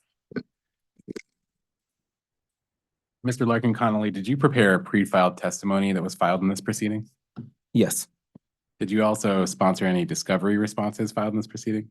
Yes. Do you have any corrections or updates to either your pre-filed testimony or any of those discovery responses? I do. Okay, what are those? Yes. I have some corrections to make to table 12 of my pre-filed direct testimony, and that's on page 30. You want to just read out the? Yeah, sure. So on page 12, this is, the table here, some of the numbers I copied over here incorrectly. So in the row meters weighted, the number for the industrial customer class, in my testimony, it's 490, and it should be 1,481. And then for the seasonal class, the number, again, we're in the meters weighted row, the number is 1,481, and the number should be 2,590. So those are the two changes for those numbers. Unfortunately, then because of those two changes, the percentages at the bottom are also changed. So if it's, what I could just do is I'll just read the percentages. Read the 6 percentages according to how they should appear in the table, starting residential left to right. So it's 83.06%, 10.44%, 1.30%, 2.28%, 2.52%, and 0.40%.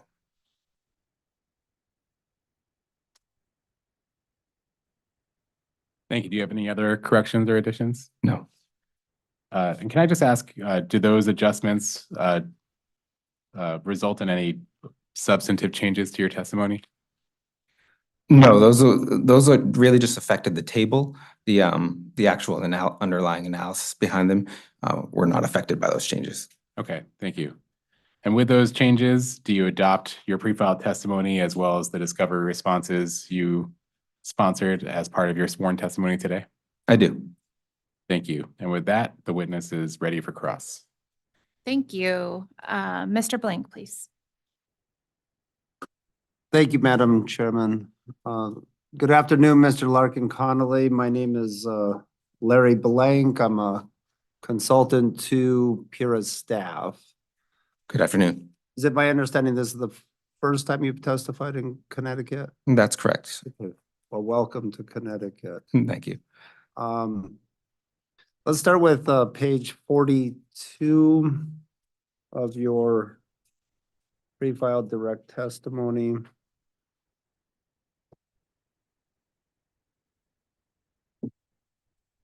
I'm there. So near the top of the page, you have a recommendation that the fixed charges be limited to, my words, not yours, but as I understand your recommendation, the outcome on the revenue change, overall revenue change in this case would drive your recommendation as to this, at least the starting point for an increase in the fixed charges. Am I characterizing your testimony correctly? Yes, that's correct. From my review of the company's proposal, it appeared that their initial starting point for the fixed charge was the revenue requirement increase. So it was approximately, I believe it was like 18.1 or 18.5%. And they proposed a similar increase in the fixed charge. So my recommendation is to sort of set accordingly do the fixed charge increase in proportion to the approved revenue requirement in this case. And I think you, along those lines, I think you provided extensive clarification in your response to RRU 572. Do you have that? RRU 572. One moment.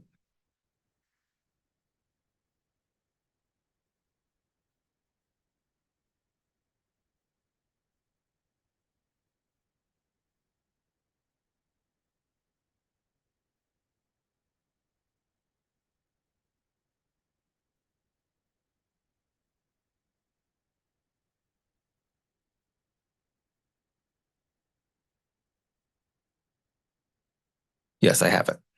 Okay. And toward the end of your response, you have a table, correct? That's correct. And so when we look at this table, consistent with your direct testimony, for many of the divisions, well, let me state it this way. Is it accurate that the target now for the fixed charge on 5/8 inch meters is $41.85? And how did you derive that? That was based off of the OCC's proposed revenue requirement in this case, which represent a 4.5% increase. And so the $41.85 per quarter proposal that I have proposed there is a 4.5% increase over the current $40.05 charge. And for comparison purposes, were you here when I was asking, we were having a conversation, asking questions this morning Yes. on this, For- on this same topic? Yes, for most of the conversation. Okay, so for comparison purposes, your starting point in the design of the fixed charges is in comparison to the company's proposed $47.31, correct? Yes, that'd be a correct And comparison. I think you stated in your verbal response to this discovery that the 18.1% change is close to the company's overall percentage increase, correct? Yes, that's correct. And so that's the foundation for your recommendation, Yes, but at the OCC's recommended revenue requirement, correct? yes, I use that as illustrative. I understand. Okay, good. Whatever the revenue requirement is set in the case. Now, with that understanding as your starting point, as I look through your table here, which, and does this represent all these proposed charges? Do they represent the OCC's recommendation in this case then? In other words, it's more than just your response to this discovery. Are these the proposed 5/8 inch meter fixed charges being recommended by the OCC? Or by you? I would say that they're my recommendation. I haven't, I don't want to speak on behalf of my client Sure. officially right now. So when I look through the design from division to division to division, it appears to me that this is greatly consistent with the rate design proposed and found in Mr. Therian's testimony. That's correct. I reviewed his approach to setting the fixed charges, and for the transition to the consolidation, I followed his approach. Okay. Are there any differences that you inserted in here that perhaps I missed? In terms of rate design, not the magnitude of the rates, but the design of the rates. Not that I can think of now. Okay, so you followed his approach. Yeah, to make it easier to compare the two, yes. Okay, thank you. Oh, did you hear Mr. Therian's explanation on Middlebury Water Commission and the contract? Did you hear that testimony? Yes, I did. Were you aware of that constraint when you were considering these rates? And I realize the constraints on the company, it sounds like. but- Yes, I was aware OCC had requested that contract and I had reviewed it. Okay, thank you. Let's turn now to the RAP rate design, starting with, I think on page 24 of your direct testimony.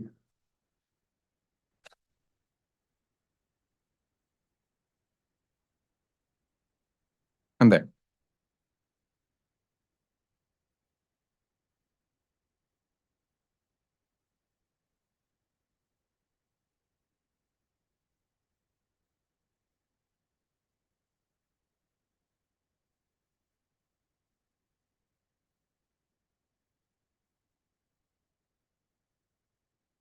And so at the bottom of page 24, you provide a recommendation on the foregone revenue estimated or expected due to the RAP program, correct? And what is that number?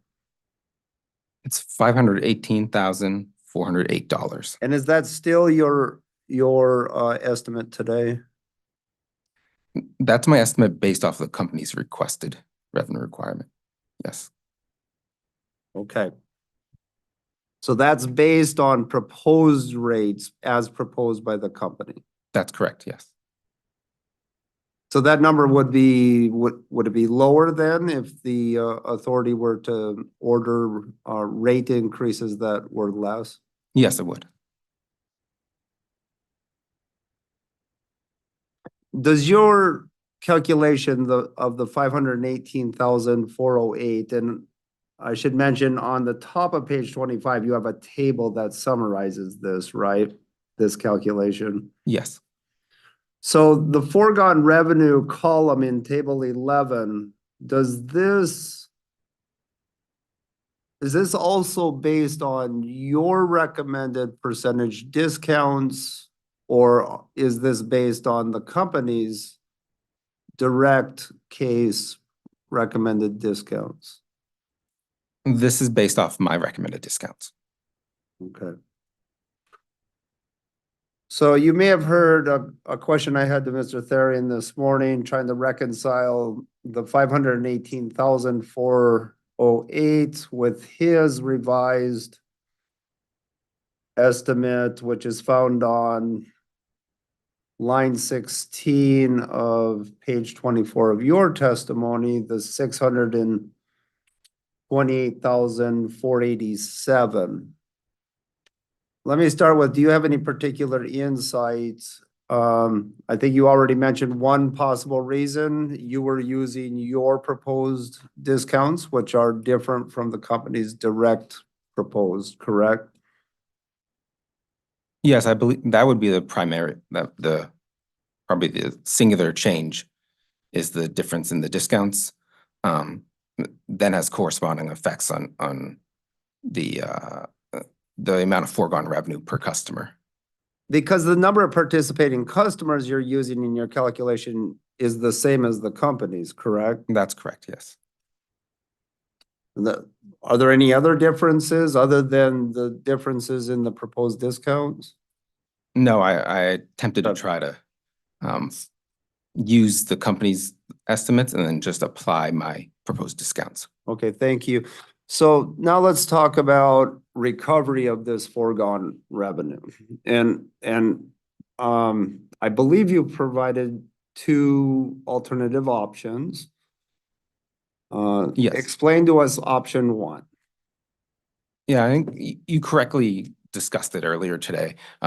Where option one would be to, like the company has done, impute an amount, a sort of initial estimated amount of the foregone revenue into base rates. It's just that my recommendation, instead of just putting those costs onto residential customers, I would spread them out over the entire rate classes, all of them. Understood. Thank you. And then alternative two or option two, how would that work in terms of ensuring the company does not, that they're able to recover this foregone revenue? Option two would be to not sort of include it in base rates, and instead, whatever revenue is sort of foregone or lost due to offering the discount would be recovered through the RAM. Okay, thank you.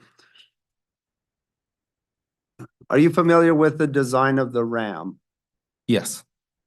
Okay. Is the design of the RAM a customer class specific, like a revenue decoupling mechanism, or is it a general mechanism with a overall revenue target? My understanding is it's a general mechanism. Okay. So when the RAM adjustment is computed and approved by this commission, it applies equally across the rate classes? Yeah, it's my understanding it's just an equal percentage change to the bills. Now, suppose, as Mr. Therian has suggested, as this program matures, if the foregone revenue does begin to grow and it becomes something on the order of 2.6, maybe greater, is it possible it could be even greater at some point as this program matures? The foregone revenue. Yeah, particularly it's all somewhat economy dependent on the amount of low income customers in the company's service area.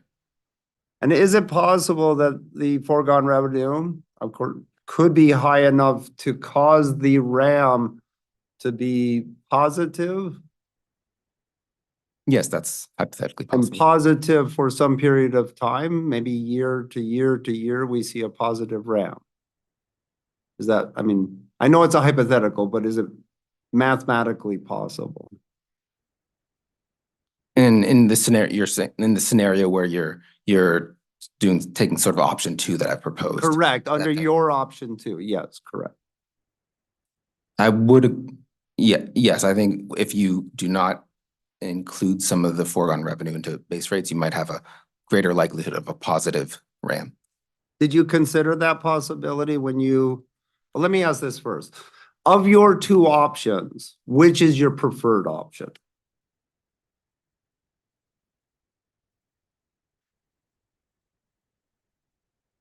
I think if I somewhat view both equally, but I would say, given that the company already has a low income discount rate in place, that provides us some information on participation rate in these programs.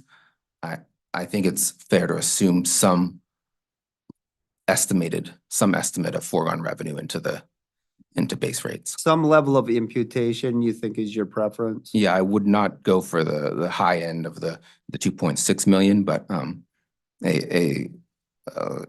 I do think something around the estimate that I included in here, I thought seemed reasonable. Okay.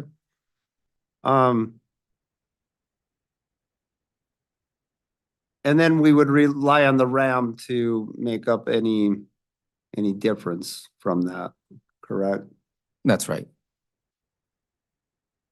I do have I don't know.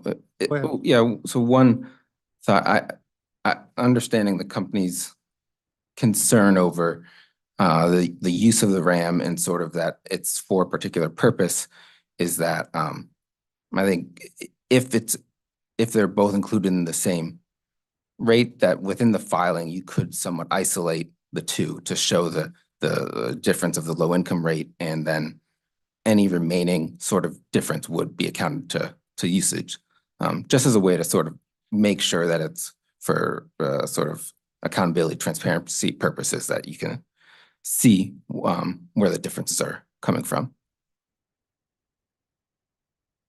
Now, of course, we cannot foresee exactly what the future RAM calculations will be, but suppose it did end up to be positive for a few years. Do you think customers might start asking questions as to what is this? What goes into this calculation? Well, I worked at the Department of Public Utilities in Massachusetts, and customers always ask what the charges are. So I assume, especially a positive, they're not going to ask maybe about a negative charge, but a positive charge, yes, there might be a greater likelihood they ask about it. And thank you for reminding me of your previous employment. If part of the explanation given back to customers is, in part, this is for the recovery of the RAM, a low income assistance program, could that have negative consequences on the RAP program? If you don't know, that's fine.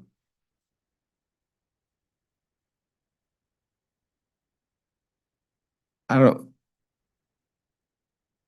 don't know why it would be different than if it was separated, isolated by itself, whether there'd be different opinions on that. Okay, thank you. That's all the questions I have. Okay, anything further from staff? Nope. Attorney Bogan, please. No questions. Okay. Attorney Dichter. Thank you. Attorney Wright? No questions, thank you. Attorney Anaouiji? Thank you. Attorney Wyman? Okay. Commissioner Karen?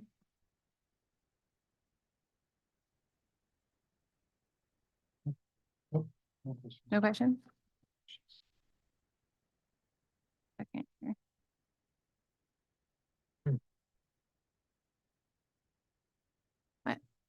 I also don't have any questions. Thank you. Attorney Wheel, do you need a moment to consider redirect?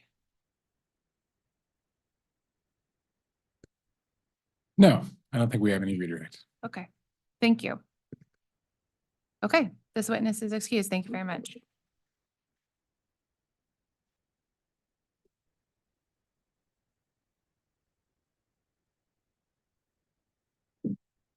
Okay.